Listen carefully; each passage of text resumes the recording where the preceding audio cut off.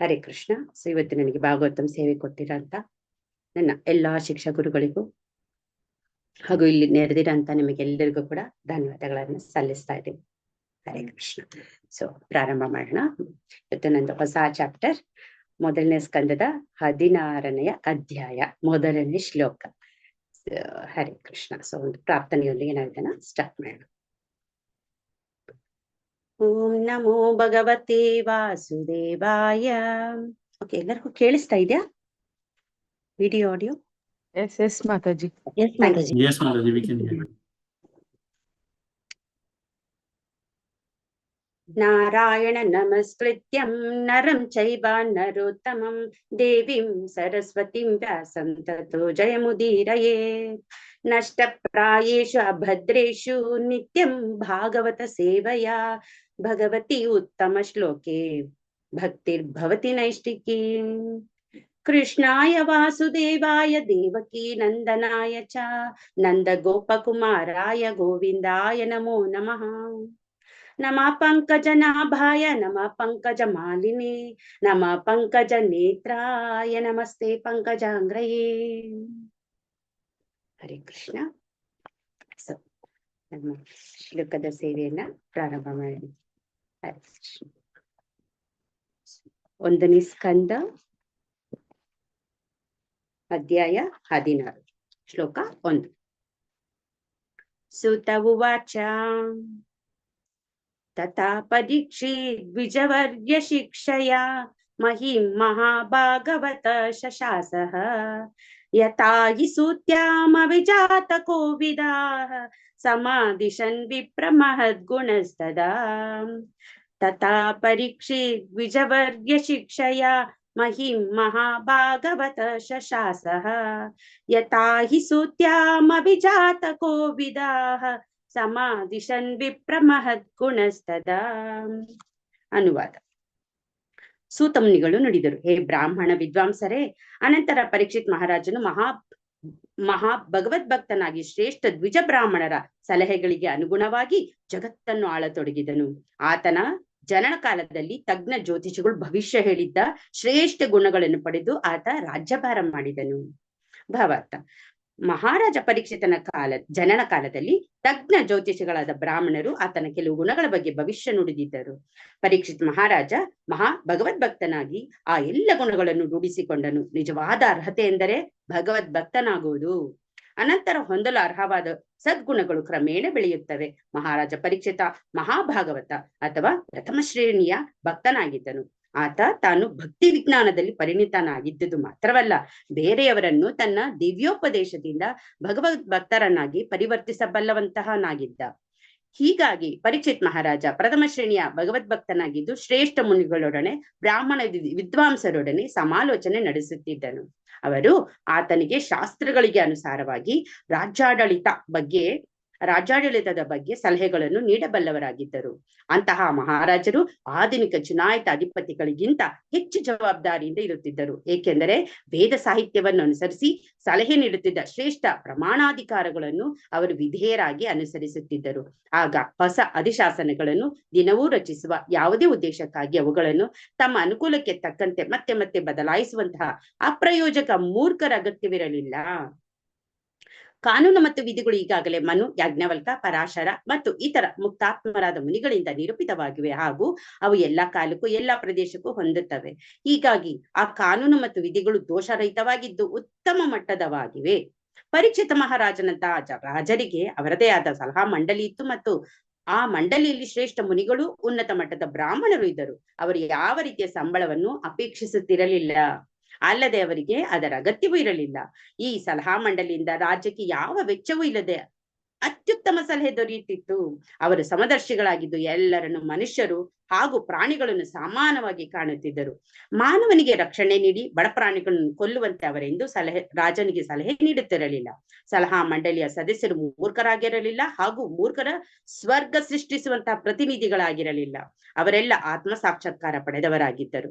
ಈ ಜನ್ಮದಲ್ಲಿ ಮಾತ್ರವಲ್ಲ, ಮುಂದಿನ ಜನ್ಮದಲ್ಲೂ ಎಲ್ಲಾ ಜೀವಿಗಳು ಹೇಗೆ ಸುಖಕರವಾಗಿರಬಲ್ಲರು ಎಂಬುದು ಅವರಿಗೆ ಸ್ಪಷ್ಟವಾಗಿ ತಿಳಿದಿದ್ದಿತು. ತಿನ್ನುವುದು, ಕುಡಿಯುವುದು, ಭೋಗಲಾಲಸೆ ಜೀವನ ನಡೆಸಿ ಸುಖವಾಗಿರುವುದು, ಇಂತಹ ಸೌಖ್ಯ ತತ್ವ ವಿಚಾರದಲ್ಲಿ ಅವರಿಗೆ ಆಸಕ್ತಿ ಇರಲಿಲ್ಲ. ಅವರು ನಿಜವಾದ ಅರ್ಥದಲ್ಲಿ ತತ್ವಜ್ಞಾನಿಗಳಾಗಿದ್ದರು ಹಾಗೂ ಮಾನವ ಜೀವನದ ಧ್ಯೇಯವೇನು ಎಂಬುದನ್ನು ಅವರು ಚೆನ್ನಾಗಿ ತಿಳಿದಿದ್ದರು. ರಾಜನ ಸಲಹಾ ಮಂಡಳಿ ಎಲ್ಲ ಹೊಣೆಯನ್ನು ಅರಿತು ಸರಿಯಾದ ಮಾರ್ಗದರ್ಶನ ಮಾಡುತ್ತಿತ್ತು. ಸ್ವತಃ ಅರ್ಹ ಭಗವದ್ಭಕ್ತನಾದ ರಾಜ ಅಥವಾ ಆಡಳಿತಾಧಿಕಾರಿಯು ಈ ಎಲ್ಲವನ್ನು ಸೂಕ್ತವಾಗಿ ಪರಿಶೀಲಿಸಿ ರಾಜ್ಯದ ಕಲ್ಯಾಣಕ್ಕೆ ಅನುಕೂಲವಾಗುವಂತೆ ಅವುಗಳನ್ನು ಅನುಸರಿಸುತ್ತಿದ್ದನು. ಮಹಾರಾಜ ಯುಧಿಷ್ಠಿರ ಅಥವಾ ಮಹಾರಾಜ ಪರೀಕ್ಷಿತರ ಕಾಲದಲ್ಲಿ ರಾಜ್ಯ ನಿಜವಾದ ಅರ್ಥದಲ್ಲಿ ಕಲ್ಯಾಣ ರಾಜ್ಯವಾಗಿದ್ದಿತು. ಮನುಷ್ಯನೇ ಆಗಲಿ ಪ್ರಾಣಿಗಳೇ ಆಗಲಿ ಯಾರೂ ಆ ರಾಜ್ಯದಲ್ಲಿ ದುಃಖಿಗಳಾಗಿರಲಿಲ್ಲ. ಜಗತ್ತಿನ ಕಲ್ಯಾಣ ರಾಜ್ಯಕ್ಕೆ ಪರೀಕ್ಷಿತ ಮಹಾರಾಜ ಒಬ್ಬ ಆದರ್ಶ ರಾಜನಾಗಿದ್ದನು. ಹರಿ ಬೋಲ್, ಹರೇ ಕೃಷ್ಣ.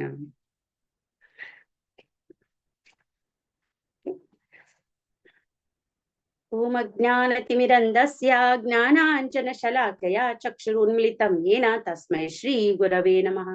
ಶ್ರೀ ಚೈತನ್ಯ ಮನೋಭೀಷ್ಟಂ ಸ್ಥಾಪಿತಂ ಯೇನ ಭೂತಲೆ ಸ್ವಯಂ ರೂಪ ಕದಾ ಮಹ್ಯಂ ದದಾತಿ ಸ್ವಪದಾಂತಿಕಂ. ಹೇ ಕೃಷ್ಣ ಕರುಣಾ ಸಿಂಧೋ ದೀನಬಂಧೋ ಜಗತ್ಪತೆ ಗೋಪೇಶ ಗೋಪಿಕಾ ಕಾಂತ ರಾಧಾ ಕಾಂತ ನಮಸ್ತುತೆ. ತಪ್ತ ಕಾಂಚನ ಗೌರಂಗಿ ರಾಧೆ ವೃಂದಾವನೇಶ್ವರಿ ಋಷಭಾನುಸುತೆ ದೇವಿ ಪ್ರಣಮಾಮಿ ಹರಿಪ್ರಿಯೇ. ವಾಂಛಾ ಕಲ್ಪತರುಭ್ಯಶ್ಚ ಕೃಪಾ ಸಿಂಧುಭ್ಯ ಏವ ಚ ಪತಿತಾನಾಂ ಪಾವನೇಭ್ಯೋ ವೈಷ್ಣವೇಭ್ಯೋ ನಮೋ ನಮಃ. ನಮೋ ಓಂ ವಿಷ್ಣುಪಾದಾಯ ಕೃಷ್ಣ ಪ್ರೇಷ್ಠಾಯ ಭೂತಲೆ ಶ್ರೀಮತೆ ಜಯಪತಾಕ ಸ್ವಾಮಿನಿತಿ ನಾಮಿನೆ. ನಮೋ ಆಚಾರ್ಯ ಪಾದಾಯ ನಿತಾಯ ಕೃಪ ಪ್ರದಾಯಿನೇ ಗೌರಕಥ ಧಾಮದಾಯ ನಗರ ಗ್ರಾಮ ತಾರಿಣೆ. ನಮೋ ಓಂ ವಿಷ್ಣುಪಾದಾಯ ಕೃಷ್ಣ ಪ್ರೇಷ್ಠಾಯ ಭೂತಲೆ ಶ್ರೀಮತಿ ಭಕ್ತಿ ವೇದಾಂತ ಸ್ವಾಮಿನಿತಿ ನಾಮಿನೆ.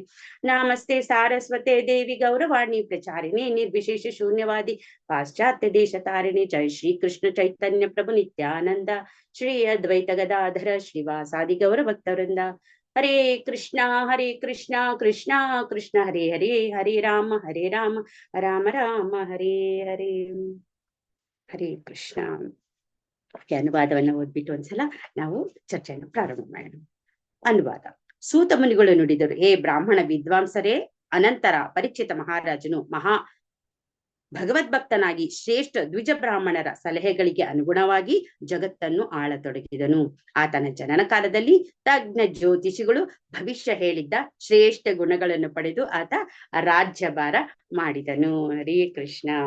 ಸೊ ಕೆಲವೆಲ್ಲ ವಿಷಯಗಳನ್ನ ನಾನು ಬರೆದಿಟ್ಕೊಂಡಿದ್ದೀನಿ, ಅದನ್ನೆಲ್ಲ ಡಿಸ್ಕಷನ್ ಮಾಡ್ಬೇಕು ಅಂತ ಹೇಳ್ಬಿಟ್ಟು ಓಕೆ, ನಿಮ್ಮವರೆಗೆ ನಾನು ಅದನ್ನೆಲ್ಲ ಸರಿಯಾದ ರೀತಿಯಲ್ಲಿ ತಲುಪಿಸ್ಬೇಕಂದ್ರೆ ಸರಿಯಾದ ಸಮಯಕ್ಕೆ ಸರಿಯಾದ ಪದಗಳನ್ನು ಉಪಯೋಗಿಸಿ ಸರಿಯಾದ ಭಾವದಿಂದ ಪರಂಪರೆಯಿಂದ ಏನ್ ಕೇಳಿಸ್ಕೊಂಡಿದ್ದೀನೋ ಓದಿದ್ದೀನೋ ಅದನ್ನೇ ನಿಮ್ಮ ಹೃದಯಗಳವರೆಗೂ ತಲುಪಿಸುವಂತ ಒಂದು ಸೇವೆಯನ್ನ ನಾನು ಮಾಡ್ಬೇಕಾದ್ರೆ ನೀವೆಲ್ಲರೂ ಕೂಡ ನನಗೋಸ್ಕರ ಪ್ರಾರ್ಥಿಸ್ಬೇಕು, ಆಶೀರ್ವದಿಸ್ಬೇಕು ಅಂತ ಕೇಳ್ಕೊಳ್ತೀನಿ. ಹರೇ ಕೃಷ್ಣ.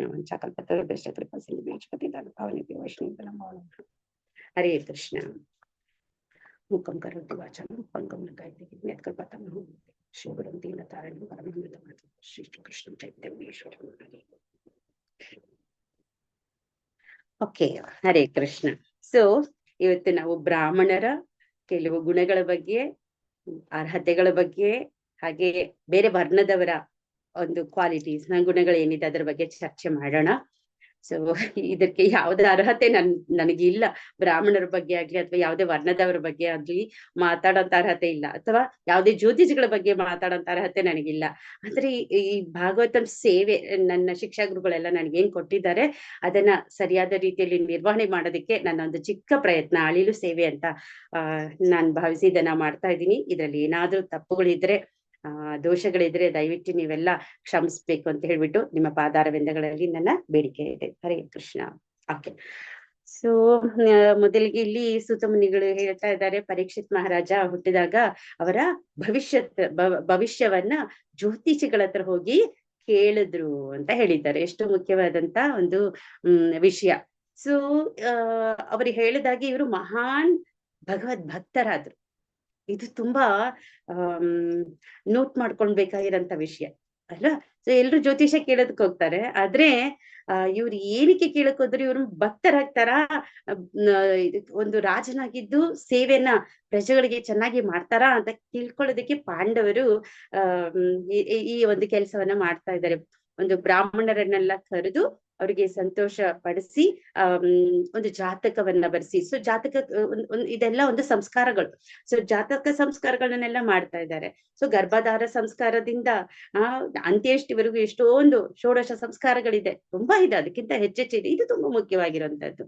ಸೊ ಇಂಥ ಒಂದು ಕಾರ್ಯವನ್ನ ಪಾಂಡವರು ನಿರ್ವಹಿಸ್ತಾ ಇದ್ದಾರೆ.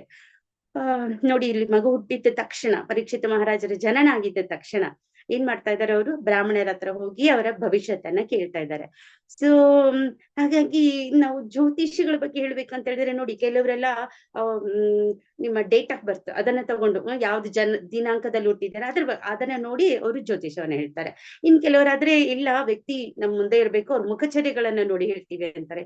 ಇನ್ ಕೆಲವರು ಕೈಯಲ್ಲಿರಂತ ರೇಖೆಗಳನ್ನ ನೋಡಿ ಹೇಳ್ತೀನಿ ಅಂತಾರೆ. ಇನ್ ಕೆಲವರು ಅವರ ಸ್ಥಳ ಅಥವಾ ಕೆಲವು ವಿಷಯಗಳನ್ನ ಹೇಳಿದ್ರೆ ಅವರು ಜ್ಯೋತಿಷವನ್ನ ಹೇಳ್ಬಿಡ್ತಾರೆ. ಸೊ ಹಾಗಾಗಿ ಇದನ್ನ ಬೇರೆ ಬೇರೆ ರೀತಿನಲ್ಲಿ ಅವರು ಜ್ಯೋತಿಷವನ್ನ ಹೇಳ್ತಾರೆ. ಆದ್ರೆ ಇಲ್ಲಿ ಮಹಾರಾಜ ಪರೀಕ್ಷಿತ ಹುಟ್ಟಿದ ತಕ್ಷಣ ಎಲ್ಲ ಬ್ರಾಹ್ಮಣರನ್ನ ಅವರು ತಮ್ಮ ಒಂದು ಆಸ್ಥಾನಕ್ಕೆ ಕರೆಸಿ ಅವರ ಭವಿಷ್ಯತ್ತನ ಬಗ್ಗೆ ತಿಳ್ಕೊಳ್ಳುವಂತ ಒಂದು ಕುತೂಹಲವನ್ನ ವ್ಯಕ್ತಪಡಿಸ್ತಾ ಇರೋದು ನೋಡ್ತಾ ಇದ್ದೀವಿ ಅಲ್ವಾ. ಸೊ ಹಾಗಾದ್ರೆ ಬರೀ ಆಗಿನ ಕಾಲದಲ್ಲಿ ಆವಾಗ ಮಾತ್ರ ಆ ಯುಗಗಳಲ್ಲಿ ಮಾತ್ರ ಇತ್ತ, ಈ ಯುಗದಲ್ಲಿ ಇಲ್ವಾ? ಸೊ ಎಲ್ಲಾ ಯುಗಗಳಲ್ಲೂ ಇದೆ ಇದು. ಶ್ರೀರಾಮಚಂದ್ರ ಹುಟ್ಟಿದಾಗ ಅವರು ಅವಾಗ ಕೂಡ ವಸಿಷ್ಠ ಮಹರ್ಷಿಗಳು ನುಡಿದಿದ್ರು. ಶ್ರೀ ಕೃಷ್ಣ ಹುಟ್ಟಿದಾಗ ಗರ್ಗ ಮಹರ್ಷಿಗಳು ಬಂದು ಭವಿಷ್ಯತ್ತನ್ನ ನುಡಿದಿದ್ರು ಅಲ್ವಾ. ಹಾಗೆ ಚೈತನ್ಯ ಮಹಾಪ್ರಭುಗಳು ಅವ್ರು ಹುಟ್ಟಿದಾಗ ಸಚಿಮಾತೆಯ ತಂದೆಯಾದಂತ ನೀಲಾಂಬರ ಚಕ್ರವರ್ತಿ ಅವ್ರು ಹೇಳಿದ್ರು ಈತ ಮಹಾನ್ ವ್ಯಕ್ತಿ ಆಗ್ತಾನೆ ಅಂತ ಹೇಳ್ಬಿಟ್ಟು ಅಲ್ವಾ. ಸೊ ಅದಾಗೆ ಅವ್ರಿಗೆ ಗೊತ್ತಿತ್ತು, ಮಹಾನ್ ವ್ಯಕ್ತಿನೇ ಅಲ್ಲ, ಬಂದಿರೋದು ಸ್ವಯಂ ಶ್ರೀಕೃಷ್ಣ ಅಂತ ಗೊತ್ತಿತ್ತು. ಹಾಗಾಗಿ ಅವ್ರ ಬಗ್ಗೆ ಭವಿಷ್ಯತ್ತನ್ನ ಹೇಳಿದ್ರು. ಅದೇ ರೀತಿನಲ್ಲಿ ನಡೀತು ಕೂಡ.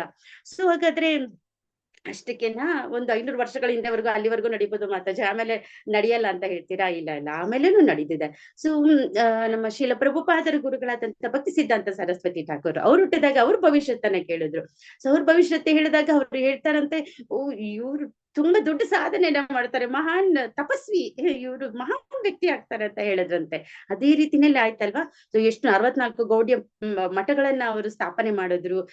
ಎಂತ ಒಳ್ಳೆ ಶಿಷ್ಯಂದಿದ್ರು ಅವ್ರಿಗೆ ಅಲ್ವಾ. ಹಾಗೇನೆ ವಿದೇಶಗಳಲ್ಲೂ ಕೂಡ, ಎಲ್ಲಾ ಪಾಶ್ಚಿಮಾತ್ಯ ದೇಶಗಳಲ್ಲೂ ಕೂಡ ಭಗವಂತನ ನಾಮವನ್ನ ಪ್ರಚಾರ ಮಾಡೋದಕ್ಕೆ ಆವಾಗ್ಲೇ ಕಳಿಸ್ಕೊಟ್ಟಿದ್ರು. ಸೊ ಅವರ ಒಂದು ತಪಸ್ಸಿನ ಫಲ ಏನಂತ ಹೇಳಿದ್ರೆ, ಶೀಲ ಪ್ರಭುಪಾದರಂತ ಒಂದು ಮಹಾನ್ ಆಚಾರ್ಯರನ್ನ ಸೃಷ್ಟಿಸುವಂತ ಒಂದು ಅವಕಾಶ ಅವ್ರಿಗೆ ಸಿಕ್ಬಿಡ್ತು. ಸೊ ಅಂತ ಆಚಾರ್ಯರೇ ಸಿಕ್ಕಿರೋದ್ರಿಂದ ನಾವು ಇವತ್ತಿಲ್ಲಿ ಕೂತ್ಕೊಂಡು ಭಾಗವತ ಚರ್ಚೆಯನ್ನ, ಅದು ಆನ್ಲೈನ್ ಆಫ್ಲೈನ್ ಎಲ್ಲಾ ರೀತಿನಲ್ಲೂ ಕೂಡ ಒಂದು ಪುಸ್ತಕ ವಿತರಣೆಯಿಂದ ಪ್ರಚಾರದವರೆಗೆ ಇಷ್ಟೆಲ್ಲ ಮಾಡ್ತಾ ಇದೀವಿ ಅಂದ್ರೆ ಪ್ರಭುಪಾದರ ಕೃಪೆ. ಹಾಗಾದ್ರೆ ಪ್ರಭುಪಾದರ ಬಗ್ಗೆ ತಿಳ್ಕೊಳ್ಳೋಣ. ಪ್ರಭುಪಾದರು ಹುಟ್ಟಿದ ತಕ್ಷಣ ಏನ್ ಮಾಡಿದ್ರು, ಅವ್ರ ತಂದೆ ಏನ್ ಮಾಡಿದ್ರು, ಭವಿಷ್ಯತ್ತನ್ನ ಕೇಳಿದ್ರು. ಅವಾಗ ಏನ್ ಹೇಳಿದ್ರು, 70 ವರ್ಷ ವಯಸ್ಸಿದ್ದಾಗ, ಆ ಇಳಿ ವಯಸ್ಸಿನಲ್ಲಿ ಅವರು ಪಾಶ್ಚಿಮಾತ್ಯ ದೇಶಗಳಿಗೆ ಹೋಗಿ ಭಗವಂತನ ನಾಮವನ್ನ ಪ್ರಚಾರ ಮಾಡ್ತಾರೆ. ಇವರು ಶ್ರೀ ರಾಧಾರಾಣಿಯ ಸೇವಕರಾಗಿರ್ತಾರೆ, ತುಂಬಾ ಮುದ್ದು ಮಗನಾಗಿ ಬೆಳೀತಾರೆ ಅಂತ ಹೇಳಿದ್ರು ಅಲ್ವಾ. ಸೊ ಅದೇ ರೀತಿ ನಡೆದು ಹೋಯ್ತು ಕೂಡ. ಸೊ ಹೀಗೆ ಭವಿಷ್ಯತ್ತು ಯಾರು ಜ್ಯೋತಿಷಿಗಳು, ಒಳ್ಳೆ ಒಳ್ಳೆ ಜ್ಯೋತಿಷಿಗಳು ನುಡಿತಾರೆ, ಅದು ಹಾಗೆ ನಡೆಯುತ್ತೆ. ಅವರಲ್ಲಿ ಏನಿರ್ಬೇಕು, ಬ್ರಾಹ್ಮಣ ಕ್ವಾಲಿಟೀಸ್ ಇರ್ಬೇಕು.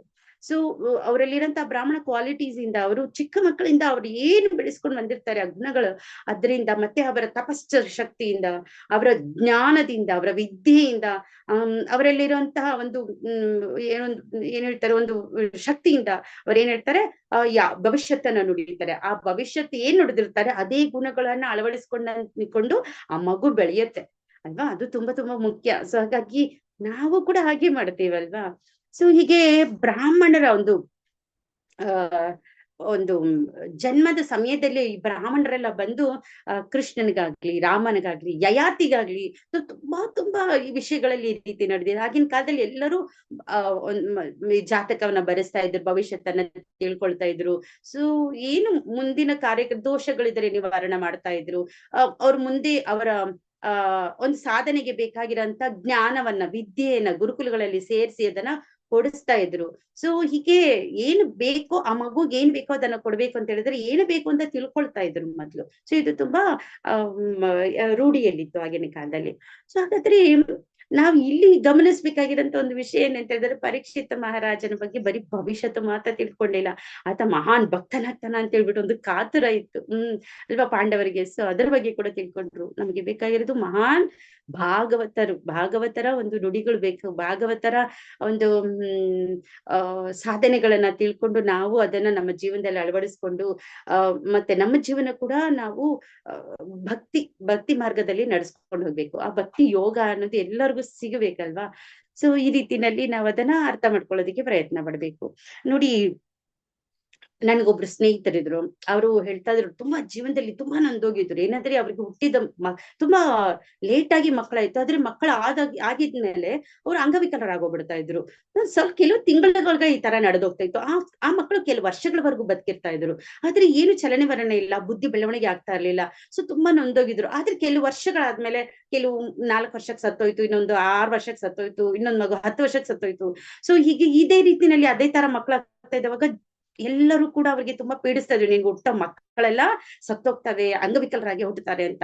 ಸೊ ಹಂಗಾಗಿ ಆ ಗಂಡನ್ಗೂ ಕೂಡ 2ನೇ ಮದುವೆ ಮಾಡ್ಬೇಕು ಅಂತ ಹೇಳ್ಬಿಟ್ಟು ನಿರ್ಧಾರ ಮಾಡ್ಕೊಂಡ್ಬಿಟ್ಟಿದ್ರಾಗ ನನ್ ಫ್ರೆಂಡ್ ಯಾರು ಹೇಳ್ತಾ ಇದ್ನಲ್ಲ, ಅವರು ಇನ್ನೇನು ಪ್ರಾಣ ತ್ಯಾಗ ಮಾಡ್ಬಿಡ್ಬೇಕು ಅಂತ ಹೇಳ್ಬಿಟ್ಟು ಟ್ರೈನ್ ಹತ್ರ ನಿಂತ್ಕೊಂಡ್ಬಿಟ್ಟಿದ್ರಂತೆ. ಟ್ರೈನ್ ಬರೋ ಜಾಗದಲ್ಲಿ ನಿಂತ್ಕೊಂಡ್ಬಿಟ್ಟಿದ್ರಂತೆ. ಆ ಸಮಯಕ್ಕೆ ಅವ್ರಿಗೊಂದು ಅನ್ನಿಸ್ತಂತೆ, ಇನ್ನೊಂದು ಪ್ರಯತ್ನ ಮಾಡೋಣ, ಭಗವಂತನ ಕೃಪೆ ಇದ್ರೆ ನಾನ್ ಬದುಕಿದ್ರೆ ಏನಾದ್ರೂ ಭಕ್ತಿ ಮಾಡೋದ್ರ ತರ ಆಗ್ಲಿ ಅಂತ ಹೇಳ್ಬಿಟ್ಟು ಆ ಕ್ಷಣಕ್ಕೆ ಅವ್ರಿಗೆ ಅನ್ನಿಸ್ತಂತೆ. ಸೊ ಅವ್ರು ಹೇಳ್ತಾ ಇದ್ರು, ಇದೇನು ಭಗವಂತ ಪ್ರೇರಣೆ ಅಷ್ಟೇ ಅಂತ. ಆಮೇಲೆ ವಾಪಸ್ ಬಂದ್ಬಿಟ್ರು, ಸಾಯ್ಲಿಲ್ಲ ಅಂತ ಹೇಳ್ತಾ ಇದ್ರು. ಸೊ ಬಂದ್ಮೇಲೆ ಅವ್ರಿಗೆ ಯಾರು ಹೇಳಿದ್ರಂತೆ, SK ಜೈನ್ ಹತ್ರ ಹೋಗಿ ಅಂತ. ಸೊ ಅವ್ರು ಹೋದ್ರಂತೆ SK ಜೈನ್ ಹತ್ರ. ಇವ್ರು ಎಷ್ಟು ಫೇಮಸ್ ಅಲ್ವಾ, ರೀಸೆಂಟ್ ಆಗಿ ಅವ್ರು ತೀರ್ಕೊಂಡ್ಬಿಟ್ರು. ಸೊ ಹಾಗೆ ಅವ್ರ ಹತ್ರ ಹೋದಾಗ ಅವ್ರು ಹೇಳಿದ್ರಂತೆ, ಮೊದ್ಲು ಎಲ್ಲಾರ್ನು ಕೂರಿಸ್ತಾ ಇದ್ರು. ಆಗ ಆ ಒಂದು ರೂಮ್ ಅಲ್ಲಿ ಕೂರಿಸ್ಬಿಟ್ಟು ಜಪಮಾಲೆ ಕೊಡ್ತಾ ಇದ್ರು. ಹರಿಕೃಷ್ಣ ಮಹಾಮಂತ್ರನ ಜಪ ಮಾಡ್ಲಿಕ್ಕೆ ಹೇಳ್ತಾ ಇದ್ರು. ನೋಡಿ, ಮೊದಲು ಒಂದು ಮನುಷ್ಯನನ್ನ ಕಾಮ್ ಮಾಡ್ಬೇಕು ಅಂದ್ರೆ ಶಾಂತ ಪಡಿಸ್ಬೇಕು. ಹಾಗಾಗಿ ಜಪ ಮಾಡ್ಲಿಕ್ಕೆ ಹೇಳ್ತಾರೆ. ಕೆಲವು ಪುಸ್ತಕಗಳು ನಿಂತಿದ್ರಂತೆ, ಯಾರು ಬೇಕಾದ್ರೂ ಓದ್ಬೋದು. ಅದಾದ ಮೇಲೆ ಅವ್ರ ಸರದಿ ಬಂದಾಗ ಒಳಗಡೆ ಬರ್ಬೋದು. ಆದ್ರೆ ಇಷ್ಟು ಈಸಿ ಅಲ್ಲ ಇವಾಗೆಲ್ಲ ಮತ್ತೆ ತುಂಬಾ ಕಷ್ಟ ಇರ್ತಾ ಇತ್ತು ಅವ್ರ ಹತ್ರ ಅಪಾಯಿಂಟ್ಮೆಂಟ್ ಸಿಗ್ಬೇಕಂತ ಹೇಳಿದ್ರೆ. ಅಷ್ಟು ಫೇಮಸ್ ಜ್ಯೋತಿಷಿ ಅವರು. ಹೀಗಾಗಿ ಯಾವಾಗ ಅವ್ರು ಭವಿಷ್ಯತ್ ನೋಡೋದಕ್ಕೆ ಅಂತ ಹೇಳ್ಬಿಟ್ಟು ಒಳಗಡೆ ಹೋದ್ರು, ಜೈನ್ ಅವ್ರು ಹೇಳಿದ್ರಂತೆ, ನೀವು ಕೂತ್ಕೊಳ್ಳಿ ಸಮಾಧಾನ ಚಿತ್ತರಾಗಿ ಮೊದ್ಲು ಅಂತ ಹೇಳ್ಬಿಟ್ಟು ಅವ್ರು ಭವಿಷ್ಯತ್ ನೋಡಿ ಹೇಳಿದ್ರಂತೆ, ಇನ್ನು ಇಷ್ಟೇ ಕಷ್ಟ ಎಲ್ಲ ಮುಗೀತಿ ಇಲ್ಲಿಗೆ, ಇನ್ನು ಮುಂದೆ ಮುದ್ದಾದ ಮಕ್ಕಳು ಹುಟ್ಟುತ್ತವೆ, ಇನ್ನೇನು ಪ್ರಾಬ್ಲಮ್ ಆಗೋದಿಲ್ಲ ಅಂತ. ಸೊ ಅದೇ ರೀತಿ ನೋಡ್ರಿ, ಒಂದ್ ಗಂಡ್ ಮಗು ಹೆಣ್ಮಗು ಆಯ್ತು. ಅದಾದ್ಮೇಲೆ ನನ್ನ ಹತ್ರ ಹೇಳ್ತಾ ಇದ್ರು, ಇದೆಲ್ಲ ಕಷ್ಟ ನನಗೆ ತುಂಬಾ, ಅವ್ರು ಹೇಳಿದ್ಮೇಲೆ ಅವ್ರ ಹತ್ರ ಹೋಗಿ ಫಸ್ಟ್ ಟೈಮ್ ಚಾಂಟಿಂಗ್ ಮಾಡುವಾಗ ನನಗೆ ಏನ್ ಅನುಭವ ಆಯ್ತು ಅದನ್ನ ನಾನು ಮರ್ಲಿಕ್ಕೆ ಸಾಧ್ಯನೇ ಇಲ್ಲ ಅಂತ. ಅದಾದ್ಮೇಲಿಂದ ನಾನು ಚಾಂಟಿಂಗ್ ಮಾಡ್ತಾ ಇದ್ದೆ ಅಂತ ಹೇಳಿದ್ರು. ಯಾವಾಗ ನನಗ್ ಕನೆಕ್ಟ್ ಆದ್ರು ಅವಾಗ ನಾನು ಹೇಳಿದೆ, ಸರಿ ಭಾಗವತಂ ಕೊಂಡ್ಕೊಳ್ಳಿ ಅಂತ. ಆ ರೀತಿಯಲ್ಲಿ ಅವ್ರಿಗೆ ಭಾಗವತಂ ಕಳಿಸ್ಬಿಟ್ಟೆ. ಸೊ ಆ ಮನೆಯಲ್ಲಿ ಎಲ್ಲರೂ ಓದಿ ಮೋಸ್ಟ್ಲಿ ಒಂದ್ಸಲ ಮುಗಿಸಿ ಇನ್ನೊಂದ್ಸಲ ಅವರು ಓದ್ತಾ ಇದ್ದಾರೆ ಅನ್ಸುತ್ತೆ. ಬಟ್ ದೇವಸ್ಥಾನಕ್ಕೆ ಬರೋದು ಯಾವಾಗ ಒಂದ್ಸಲ ಬಂದು ಹೋಗ್ತಾ ಇದ್ರು. ಅದಾದ್ಮೇಲೆ ಅವರ ಜೀವನದಲ್ಲಿ ತುಂಬಾನೇ ತಿರುವುಗಳು ಬಂತು ಅಂತ ಹೇಳ್ತಾ ಇದ್ರು. ಸೊ ಹೀಗೆ ಬರೀ ಭವಿಷ್ಯತ್ತನ್ನ ತಿಳ್ಕೊಂಡ್ಬಿಟ್ರೆ ಸಾಕಾಗಲ್ಲ, ಆದ್ರೆ ಭಗವಂತನ ಜೀವನದಲ್ಲಿ ಜೋಡಣೆ ಮಾಡ್ಕೊಳ್ಬೇಕು. ಆವಾಗ ನಮ್ಮ ಜೀವನದಲ್ಲಿ ಬದಲಾವಣೆಗಳಿಗೆ ಒಂದು ಅರ್ಥ ಇರುತ್ತೆ ಅಲ್ವಾ. ಸೊ ಎಷ್ಟೇ ಸೊನ್ನೆಗಳು ಹಾಕಿದ್ರು ಅದಕ್ಕೆ ವ್ಯಾಲ್ಯೂ ಇಲ್ಲ, ಪಕ್ಕದಲ್ಲಿ ಒಂದು ಅಂತ ಇರ್ಬೇಕಲ್ವಾ. ಸೊ ಹಾಗಾಗಿ ಕೃಷ್ಣನನ್ನ ಜೋಡಣೆ ಮಾಡ್ಕೊಂಡ್ರೆ ಜೀವನ ಸಾರ್ಥಕತೆ ನಮ್ಗೆ ಆಗತ್ತೆ. ಸೊ ಅವರೆಲ್ಲ ಏನು ಬರೀ ಹಸ್ತರೇಖೆಗಳನ್ನ ನೋಡೋ ಅಥವಾ ದಿನಾಂಕಗಳು ನೋಡೋ ಹೇಳ್ಬಿಟ್ರೆ ಸಾಕಾಗಲ್ಲ. ಏನ್ ಮಾಡ್ಬೇಕು, ಅವ್ರಿಗೆ ಭಕ್ತಿಯನ್ನು ಕೊಡ್ಬೇಕು. ಭಗವಂತನ ಒಂದು ಸೇವೆಯನ್ನ, ಭಗವಂತನ ಸ್ಮರಣೆಯನ್ನ ಮಾಡೋ ತರ ಮಾಡ್ಬೇಕು ಜ್ಯೋತಿಷಿಗಳು. ಹಾಗಾಗಿ ಯಾಕೆ ಈ ತರ ಮಾಡ್ಬೇಕು ಅಂತ ಹೇಳಿದ್ರೆ, ಅವ್ರ ಭವಿಷ್ಯತ್ತೇ ಬದಲಾವಣೆ ಆಗೋಗ್ಬಿಡುತ್ತೆ. ಈ ರೀತಿ ಎಷ್ಟೋ ಒಂದು ಕಥೆಗಳನ್ನ ನಾವು ಕೇಳಿರ್ತೀವಿ ಅಲ್ವಾ. ನಡೆದ ಜೀವನದಲ್ಲಿ ನಡೆದಂತ ಎಷ್ಟೋ ಘಟನೆಗಳು ಈ ರೀತಿ ಇದೆ. ಸೊ ನಾವು ಕೂಡ ಏನ್ ಮಾಡ್ತೀವಿ, ನಮ್ ಮಕ್ಕಳು ಹುಟ್ಟಿದ ತಕ್ಷಣ ಜಾತಕ ಬರ್ಸೋಂತ ಒಂದು ರೂಢಿಯಲ್ಲಿದೆ. ಸಾಮಾನ್ಯ ನಿಮ್ಗೆ ಎಲ್ಲರಿಗೂ ಕೂಡ ಮಕ್ಕಳು ಇರ್ತಾರೆ. ಸೊ ಅವ್ರು ಹುಟ್ಟಿದ ತಕ್ಷಣ ಎಲ್ರು ಬರ್ಸಿರ್ತೀರಾ. ಎಲ್ಲರಿಗೂ ಒಂದು ಕುತೂಹಲ ಇರುತ್ತೆ, ಈ ಮಗು ಏನಾಗತ್ತೆ ಮುಂದೆ, ಅವ್ರ ಭವಿಷ್ಯತ್ ಏನಾಗತ್ತೆ ಅಂತ ಹೇಳ್ಬಿಟ್ಟು. ನನಗೂ ಅದೇ ರೀತಿ ಕುತೂಹಲ ಇರ್ತಾ ಇತ್ತು. ಸೊ ನಾವು ಆತರ ಮಾಡಿದ್ವಿ. ಸೊ ಹೀಗೆ ಅಷ್ಟೇ ಅಲ್ಲ, ಮಗು ಹುಟ್ಟಿದ ತಕ್ಷಣ ಮಾತ್ರ ಅಲ್ಲ. ಈಗ ನೋಡಿ, ಮದುವೆಗೆ ಅಂತ ಹೇಳಿದ್ರೆ ಒಂದು ಗಂಡು ಹೆಣ್ಣಿನ ಒಂದು ಜಾತಕ ನೋಡಿ ಅದು ಇಬ್ರಿಗೂ ಮ್ಯಾಚ್ ಆಗತ್ತ ಅಂತ ತಿಳ್ಕೊಂಡು, ಅದಾದ್ಮೇಲೆ ಆ ಗುಣಗಳು ಹೊಂದಾಣಿಕೆ ಆದ್ರೆ ಮಾತ್ರ ಮದ್ವೆ ಮಾಡ್ತಾರೆ. ಸೊ ನಾನು ಒಬ್ರ ಹತ್ರ ಮಾತಾಡ್ತಾ ಇರುವಾಗ ಅವ್ರು ಹೇಳಿದ್ರು, ಭಾನು ಮಹಾರಾಜ್ ನಮ್ ಜಾತಕ ನೋಡಿದ್ದು, ನಮ್ಗೆ ಏನು ನಮ್ ಮದ್ವೆಗೆ ಸಲಹೆ ಕೊಟ್ಟಿದ್ದು, ನಮ್ಮ ಈ ಒಂದು ಜಾತಕನ ಸೆಟ್ ಮಾಡಿದ್ದು ಭಾನು ಮಹಾರಾಜ್ ಅಂತ ಹೇಳ್ತಿದ್ರು. ಅವ್ರು ಎಂತ ಭವಿಷ್ಯವನ್ನ ನುಡಿತಾರಲ್ಲ, ಎಲ್ಲರಿಗೂ ಕೂಡ ಭಾನು ಮಹಾರಾಜ್ ಗೊತ್ತೇ ಇರತ್ತೆ. ಸೊ ಹೀಗೆ ನಾವು ಏನ್ ಮಾಡ್ಬೇಕು, ಬರೀ ಒಂದು ಭವಿಷ್ಯತ್ತನ್ನ ತಿಳ್ಕೊಂಡ್ ಬಿಡೋದಲ್ವಾ, ಅಷ್ಟು ಮಾತ್ರ ಮಾಡಿದ್ರೆ ಸಾಕಾಗಲ್ಲ. ಸೊ ಭಕ್ತಿನ ಕೂಡ ಮಾಡೋದಕ್ಕೆ ನಾವು ಪ್ರಯತ್ನ ಪಡ್ಬೇಕು. ಇದು ಮಾಡೋದ್ರಿಂದ ಏನಾಗತ್ತೆ, ದೋಷಗಳಿದೆ ಪರಿಹಾರ ಆಗೋಗುತ್ತೆ, ಆಟೋಮೆಟಿಕ್ ಆಗೋಗುತ್ತೆ. ಅಷ್ಟೇ ಅಲ್ಲ, ಜೀವನ ಬದಲಾವಣೆ ಆಗೋಗುತ್ತೆ, ಭವಿಷ್ಯತೆ ತಿರುವು ತಗೊಂಡ್ಬಿಡುತ್ತೆ. ಅದೆಲ್ಲ ಕೆಳಗಡೆ ಮೇಲ್ಗಡೆ ಆಗೋಗ್ಬಿಡುತ್ತೆ. ನಾವ್ ಏನ್ ಅನ್ಕೊಂಡಿರ್ತೀವಿ ಅದಾಗಲ್ಲ, ಏನು ಆಗಲ್ಲ ಅಂತ ಹೇಳಿರ್ತಾರೆ, ಅದಾಗೋಗ್ಬಿಡುತ್ತೆ. ಇದಾಗ್ಲಿಕ್ಕೆ ಹೇಗ್ ಸಾಧ್ಯ ಅಂದ್ರೆ ಭಕ್ತರಿಂದ ಮಾತ್ರ ಸಾಧ್ಯ. ಯಾಕೆ, ಭಕ್ತರಿಗೆ ಬಂದ್ಬಿಟ್ಟು ಭೌತಿಕ ವಿಷಯಗಳಲ್ಲಿ ಯಾವುದೇ ಒಂದು ಆಸಕ್ತಿ ಆಸಕ್ತಿ ಹೊರಟೋಗ್ಬಿಟ್ಟಿರುತ್ತೆ. ಏನ್ ನಡೀತಾ ಇದೆಯೋ ನಡ್ಕೊಂಡು ಹೋಗ್ತಾ ಇರತ್ತೆ. ಯಾಕೆ ಅಂದ್ರೆ ನೋಡಿ, ಭಗವಂತನ ಆಶ್ರಯ ಯಾರು ಪಡಿತಾರೆ ಅವರು ಒಂದು ದೊಡ್ಡ ಸಮುದ್ರವನ್ನು ಕೂಡ ಜಸ್ಟ್ ಒಂದು ಚಿಕ್ಕ ಹಳ್ಳದಲ್ಲಿ ನೀರಿದ್ರೆ ಹೇಗಿರುತ್ತೆ, ಅದನ್ನು ಕೂಡ ಒಂದು ಕರುವಿನ ಒಂದು ಹೆಜ್ಜೆ ಗುರುತಲ್ಲಿ ನೀರ್ ನಿಂತಿದ್ರೆ ಎಷ್ಟಿರುತ್ತೆ, ಅದನ್ನ ದಾಟದಷ್ಟು ಈಸಿಯಾಗಿ ಅವರು ಪಾರ್ ಮಾಡ್ಕೊಂಡ್ಬಿಟ್ಟು ಹೋಗ್ಬಿಡ್ತಾರೆ. ಸೊ ಹಾಗಾಗಿ ಅವ್ರಿಗೆ ಯಾವ ಕಷ್ಟಗಳು ಹೆಂಗೋಯ್ತು ಗೊತ್ತೇ ಆಗಲ್ಲ. ಇದಕ್ಕೊಂದು ನಾನು ಒಂದು ಉದಾಹರಣೆ ಕೊಡ್ತೀನಿ. ಒಬ್ರು ಭಕ್ತರು ಆ ಭಕ್ತರು ಬಂದ್ಬಿಟ್ಟು ಒಬ್ಬ ಜ್ಯೋತಿಷಿ ಹತ್ರ ಹೋದ್ರಂತೆ. ಆ ಜ್ಯೋತಿಷಿ ಅವ್ರ ಹತ್ರ ಕೇಳಿದಂತೆ, ನೋಡಿ ನನ್ನ ಒಂದು ಹೊರಸ್ಕೋಪ್ ನೋಡ್ಬಿಟ್ಟು ಹೇಳಿ ಹೇಗಿರುತ್ತೆ ನನ್ನ ಭವಿಷ್ಯತ್ ಅಂತ. ಆಗ ಅವರು ನೋಡ್ಬಿಟ್ಟು ಹೇಳಿದ್ರಂತೆ, ದಯವಿಟ್ಟು ಕ್ಷಮಿಸಿ, ವಿಷಾದಿಸ್ತೀನಿ ನಾನು ನಿಮ್ಮ ಒಂದು ಭವಿಷ್ಯತ್ತನ್ನ ಹೇಳೋದಕ್ಕೆ, ಬಟ್ ನೀವು ನನ್ನ ಹತ್ರ ಬಂದಿದ್ದೀರಾ, ನನ್ನ ಈ ವೃತ್ತಿಯನ್ನ ಮಾಡ್ತಾ ಇದ್ದೀನಿ ಅಷ್ಟೇ ಅಂತ ಹೇಳ್ಬಿಟ್ಟು ಹೇಳಿದ್ರಂತೆ. ನೋಡಿ, ಮುಂದಿನ ದಿನಗಳಲ್ಲಿ ನಿಮ್ಗೆ ತುಂಬಾ ಕಷ್ಟ ಇದೆ. ನಿಮ್ಮ ಎಲ್ಲ ಫ್ಯಾಕ್ಟ್ರೀಸ್ ಲಾಸ್ ಆಗೋಗ್ಬಿಡುತ್ತೆ, ನಿಮ್ಮ ಬಿಸ್ನೆಸ್ ಎಲ್ಲ ನಷ್ಟದಲ್ಲಿ ಹೊಟ್ಟೋಗ್ಬಿಡುತ್ತೆ. ಅಷ್ಟೇ ಅಲ್ಲ, ಇನ್ನೂ ಇದೆ, ಹೇಳ್ತೀನಿ ಕೇಳಿ. ನಿಮ್ಮ ಹೆಂಡತಿಗೆ ರೋಗಗಳಿಂದ ಹೋಗುತ್ತೆ. ಆ ರೋಗದಿಂದ ಅವರು ಬೇಗ ಮರಣ ಹೊಂದ್ಬಿಡ್ತಾರೆ. ಇನ್ನು ನಿಮ್ಮ ಮಕ್ಕಳ ಕಥೆ ಆದ್ರೆ ಅವರು ಭವಿಷ್ಯದಲ್ಲಿ ಮುಂದೆ ಬರೋದೇ ಇಲ್ಲ, ಅವರಿಂದ ನಷ್ಟನೇ ನಿಮಗೆ. ಅಷ್ಟೇ ಅಲ್ಲ, ನಿಮ್ಗೆ ಕೆಟ್ಟ ಹೆಸರು ಬರುತ್ತೆ ಹೊರತು ಅವರು ಮಾತ್ರ ಉದ್ಧಾರ ಆಗೋದಿಲ್ಲ. ಸೊ ಹಾಗಾಗಿ ಈ ಎಲ್ಲ ಕಷ್ಟಗಳನ್ನ ಎದುರಿಸೋದಕ್ಕೆ ನೀವು ಸಿದ್ಧರಾಗಿರಿ ಅಂತ ಹೇಳ್ಬಿಟ್ಟು ಹೇಳಿ ಕಳಿಸಿದ್ರಂತೆ. ಅವ್ರಿಗೆ ತುಂಬಾ ನೊಂದ್ಕೊಂಡ್ಬಿಟ್ರು, ತುಂಬಾ ಭಯ ಆಗೋಯ್ತು, ತುಂಬಾ ಕಷ್ಟ ಆಗೋಯ್ತು ಹೃದಯದಲ್ಲಿ. ಅದನ್ನ ತಗೊಳಕ್ ಆಗ್ಲಿಲ್ಲ. ಇವ್ ಏನ್ ಮಾಡೋದು ಅಂತ ತುಂಬಾ ಹತ್ರಂತೆ. ಅದಾದ್ಮೇಲೆ ಅವ್ರು ಏನ್ ಮಾಡಿದ್ರು, ಒಂದಿನ ರಾಧಾನಾಥ್ ಸ್ವಾಮಿ ಮಹಾರಾಜ ಹತ್ರ ಬಂದ್ರಂತೆ. ಬಂದು ತಮ್ಮ ಆಳೆನನ್ನ ಹೇಳ್ಕೊಂಡ್ರು, ನನ್ನ ಭವಿಷ್ಯ ಏನ್ ಹೇಳಿದಾರೆ ಅದನ್ನ ಹೇಳಿದ್ರಂತೆ. ರಾಧಾನಾಥ್ ಸ್ವಾಮಿ ಮಹಾರಾಜ ಅದನ್ನೆಲ್ಲ ಕೇಳಿಸ್ಕೊಂಡು ಆಮೇಲೆ ಹೇಳಿದ್ರಂತೆ, don't worry, just chant more ಅಂತ ಹೇಳಿದ್ರಂತೆ. ಅಷ್ಟೇ. ಸೊ ಅಷ್ಟೇ ಅಲ್ಲ, ನೀನ್ ಮಾತ್ರ ಚಾಂಟಿಂಗ್ ಮಾಡೋದಲ್ಲ, ನೀನ್ ಬರೀ 16 ಮಾಡೋದಲ್ಲ, ಸೊ ಅದಕ್ಕಿಂತ ಡಬಲ್ ಮಾಡ್ಬೇಕು, ಹೆಚ್ಚಿಗೆ ಮಾಡ್ಬೇಕಂದ್ರೆ ಕಷ್ಟ ನಿನಗೆ ಜಾಸ್ತಿ ಇದೆ ಅಂತ. ನೀನು ಮಾತ್ರ ಮಾಡೋದಲ್ಲ, ನಿನ್ನ ಕುಟುಂಬದವರನ್ನ, ನೀನ್ ಹೆಂಡತಿ ಮಕ್ಕಳನ್ನ ಸಂಬಂಧಿಕರನ್ನ ಎಲ್ಲಾರ್ನು ಕೂಡ ನೀನು ಜಪವನ್ನ ಮಾಡೋ ತರ ಮಾಡು. ಸೊ ಅದಾದ್ಮೇಲೆ ಅದಷ್ಟಕ್ಕೆ ಎಲ್ಲ ಸರಿ ಹೋಗುತ್ತೆ, ನೀನು ಚಿಂತೆ ಮಾಡ್ಬೇಡ, ಹೋಗು ಅಂತ ಹೇಳಿದ್ರಂತೆ. ಅಷ್ಟೇ. ಗುರುವಿನ ಮೇಲೆ ಎಷ್ಟು ನಂಬಿಕೆ ಅಂದ್ರೆ ಅವ್ರು ಏನ್ ಹೇಳಿದ್ರು ಅದೇ ರೀತಿ ಮಾಡಿದ್ರು ಭಕ್ತರು. ಆಮೇಲೆ ಜೀವನದಲ್ಲಿ ಯಾವುದೇ ರೀತಿಯಾದಂತ ತೊಂದರೆಗಳನ್ನು ಎದುರಿಸ್ಲೇ ಇಲ್ಲ. ಸೊ ಸುಮಾರು ವರ್ಷಗಳಾದ ಮೇಲೆ ಯಾವುದೋ ಒಂದು ಕಾರ್ಯಕ್ರಮದಲ್ಲಿ ಆ ಜ್ಯೋತಿಷಿ ಈ ಭಕ್ತನ್ನ ನೋಡಿ ಕಂಡಿಡಿದ್ರಂತೆ. ಅವರೇ ಹತ್ರ ಹೋಗಿ ಆ ಜ್ಯೋತಿಷಿ ಹೋಗಿ ಕೇಳಿದ್ರಂತೆ, ನಾನು ವಿಷಾದಿಸ್ತೀನಿ, ನಾನು ಹೇಳಿದ್ದೆಲ್ಲ ಭವಿಷ್ಯ ಕರೆಕ್ಟ್ ಆಗಿದೆ ಅಲ್ಲ ಅಂತ ಹೇಳಿದ್ರಂತೆ. ಆಗ ಈ ಭಕ್ತರು ನಗ್ತಾ ಹೇಳಿದ್ರಂತೆ, ಕ್ಷಮಿಸಿ, ಯಾವುದು ನಡೆದಿಲ್ಲ, ನಾನು ಆರಾಮಾಗಿದ್ದೀನಿ, ನನಗೆ ಆಗ್ಲಿ ನನ್ನ ಕುಟುಂಬದವರಿಗೆ ಆಗ್ಲಿ ಏನು ತೊಂದರೆ ಇಲ್ಲ. ನಾನು ಒಂದು ಬಿಸ್ನೆಸ್ ಅಲ್ಲ, ಅದನ್ನ ನಾನು ಮಲ್ಟಿಪಲ್ ಬಿಸ್ನೆಸಸ್ ಆಗಿ ಮಾಡ್ಬಿಟ್ಟಿದ್ದೀನಿ. ಪ್ರತಿಯೊಂದ್ರಲ್ಲೂ ಲಾಭ ಕೈ ತುಂಬಾ ಬರ್ತಾ ಇದೆ. ಹಾಗೆ ನೀವ್ ಹೇಳಿದ್ರಲ್ಲ, ನನ್ನ ಹೆಂಡತಿ ಬೇಗ ಸಾವು ಹೊಂದ್ತಾರೆ ಅಂತ, ಆಕೆ ಆರೋಗ್ಯವಾಗಿದ್ದಾಳೆ, ಇನ್ನು ಬದುಕಿದ್ದಾಳೆ, ಇನ್ನು ಒಳ್ಳೆ ಕಾರ್ಯಗಳನ್ನ ಮಾಡ್ತಾ ಇದ್ದಾಳೆ ಅಂತ ಹೇಳಿದ್ರಂತೆ. ಹಾಗೆ ನನ್ ಮಕ್ಳ ಬಗ್ಗೆ ಹೇಳಿದ್ರಲ್ಲ, ಅವರೆಲ್ಲ ಬರೀ ತಿರುಗುಪೋದರಾಗೋಗ್ಬಿಡ್ತಾರೆ ಅಂತ. ಇಲ್ಲ, ಏನು ಆಗಿಲ್ಲ, ಅವರು ನನ್ನ ಬಿಸ್ನೆಸ್ ನ ತುಂಬಾ ಚೆನ್ನಾಗಿ ನಡ್ಸ್ಕೊಂಡು ಹೋಗ್ತಾ ಇದ್ದಾರೆ. ಸೊ ಹಾಗಾಗಿ ಅವರು ಯಾವುದೇ ರೀತಿಯಲ್ಲಿ ಕೆಟ್ಟ ಹವ್ಯಾಸಗಳಿಗಾಗ್ಲಿ ಕೆಟ್ಟ ಚಟಗಳಿಗಾಗ್ಲಿ ಬಿದ್ದಿಲ್ಲ. ಹಾಗಾಗಿ ಅವ್ರ ಭವಿಷ್ಯ ತುಂಬಾ ಚೆನ್ನಾಗಿದೆ ಅಂತ ಹೇಳಿದ್ರಂತೆ. ಆಗ ಈ ಜ್ಯೋತಿಷಿಗೆ ತುಂಬಾ ಆಶ್ಚರ್ಯ ಆಗೋಯ್ತು. ಸಾಧ್ಯನೇ ಇಲ್ಲ, ನಾನು ಇದುವರೆಗೆ ಹೇಳಿದಂತ ಭವಿಷ್ಯ ತಪ್ಪಾಗ್ಲಿಕ್ಕೆ ಸಾಧ್ಯನೇ ಇಲ್ಲ, ನಡೆದೇ ಇಲ್ಲ ಇದು ಅಂತ ಅನ್ಕೊಂಡ ಹೇಳಿದ್ರಂತೆ. ಇಲ್ಲ, ನೀವು ನಂಬಿ, ನಾವು ಜೀವನದಲ್ಲಿ ತುಂಬಾ ಚೆನ್ನಾಗಿದ್ದೀವಿ ಅಂತ ಹೆಂಡತಿನ ಮಕ್ಕಳನ್ನ ಎಲ್ಲಾನು ಕರೆದು ತೋರಿಸಿದ್ರಂತೆ.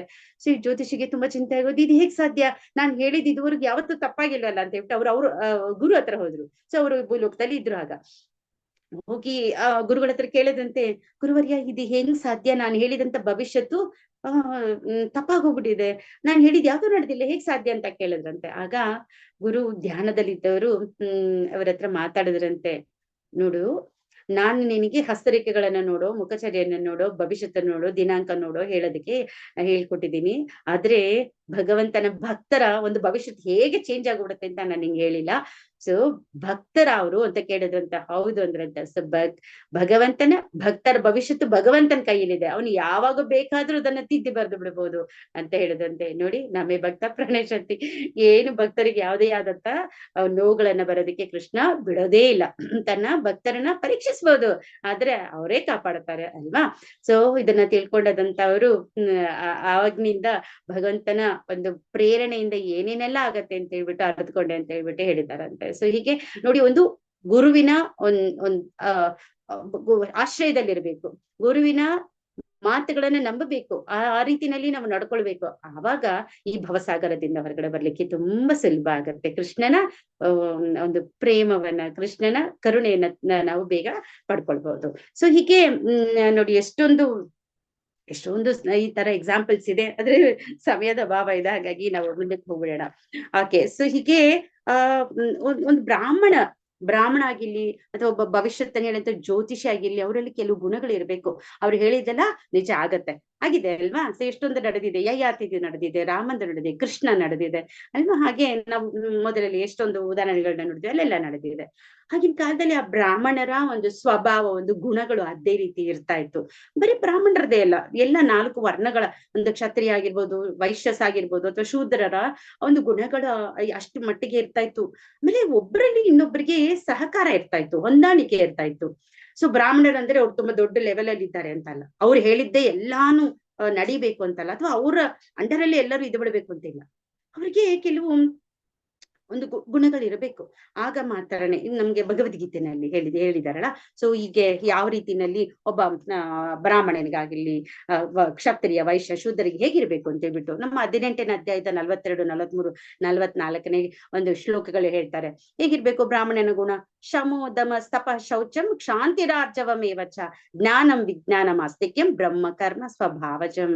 ಸೊ ಅವರಲ್ಲಿ ಒಂದು ಪ್ರಸನ್ನ ಚಿತ್ತರಾಗಿರ್ಬೇಕು, ಇಂದ್ರಿಯ ನಿಗ್ರಹ ಇರ್ಬೇಕು, ಬ್ರಹ್ಮಚರ್ಯಗಳನ್ನ ತಪಸ್ಸನ್ನ ಆಚರಣೆ ಮಾಡ್ಬೇಕು, ಒಳಗು ಎಲ್ಲ ಶುದ್ಧವಾಗಿರ್ಬೇಕು, ತಾಳ್ಮೆ ಇರ್ಬೇಕು, ಅವ್ರ ಪ್ರಾಮಾಣಿಕತೆಯರಾಗಿರ್ಬೇಕು, ಶಾಸ್ತ್ರ ಜ್ಞಾನ ಇರ್ಬೇಕು, ವಿವೇಕ ಚಿತ್ತತೆಯಲ್ಲಿರ್ಬೇಕು, ಧರ್ಮದಲ್ಲಿ ಅಭಿಮಾನ ಇರ್ಬೇಕು.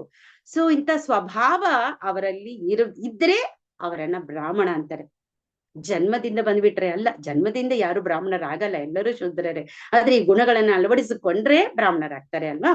ನೆಕ್ಸ್ಟ್ ಹೇಳ್ತಾರೆ, ಶೌರ್ಯಂ ತೇಜೋಧೃತಿ ದಾಕ್ಷಂ ಯುದ್ಧೇ ಚಾಪ್ಯ ಪಲಾಯನಂ ದಾನಂ ಈಶ್ವರ ಭಾವಶ್ಚ ಕ್ಷಾತ್ರಂ ಕರ್ಮ ಸ್ವಭಾವಜಂ. ಹೇಗಿರ್ಬೇಕು? ಕ್ಷತ್ರಿಯರೆಲ್ಲ ಶೌರ್ಯ ಇರಬೇಕು, ಮತ್ತೆ ವರ್ಚಸ್ ಇರ್ಬೇಕು, ಅವ್ರಿಗೆ ದೃಢ ಸಂಕಲ್ಪ ಇರ್ಬೇಕು, ಕಾರ್ಯದಕ್ಷತೆ ಇರ್ಬೇಕು, ಯುದ್ಧದಲ್ಲಿ ಪಲಾಯನ ಮಾಡಬಾರ್ದು, ದಾನಶೀಲರಾಗಿರ್ಬೇಕು, ನಾಯಕತ್ವದ ಗುಣಗಳಿರ್ಬೇಕು. ಈ ಗುಣಗಳಿದ್ರೆ ಮಾತ್ರ ಅವರು ಕ್ಷತ್ರಿಯರಾಗ್ಲಿಕ್ಕೆ ಸಾಧ್ಯ. ಹಾಗೆ ಕೃಷಿ ಗೌರಕ್ಷ ವಾಣಿಜ್ಯಂ ವೈಶ್ಯ ಕರ್ಮ ಸ್ವಭಾವಜಂ ಪರಿಚರ್ಯಾತ್ಮಕಂ ಕರ್ಮ ಶೂದ್ರಸ್ಯಾಪಿ ಸ್ವಭಾವಜಂ. ಏನ್ ಹೇಳ್ತಾರೆ? ಕೃಷಿ, ಪಶುಪಾಲನೆ, ವ್ಯಾಪಾರ ಇದಿದ್ರೆ ಅವರನ್ನ ವೈಶ್ಯ ಅಂತ ಹೇಳ್ತಾರೆ. ಸೊ ಅವರ ಒಂದು ಸ್ವಭಾವ ಆ ರೀತಿ ಇರ್ಬೇಕು. ಹಾಗೆ ಈ 3 ವರ್ಣದವರಿಗೆ ಸೇವೆ ಮಾಡಂತ ಗುಣ ಯಾರಿಗಿದೆ ಅವರನ್ನ ಶೂದ್ರರು ಅಂತ ಹೇಳ್ತಾರೆ ಅಲ್ವಾ?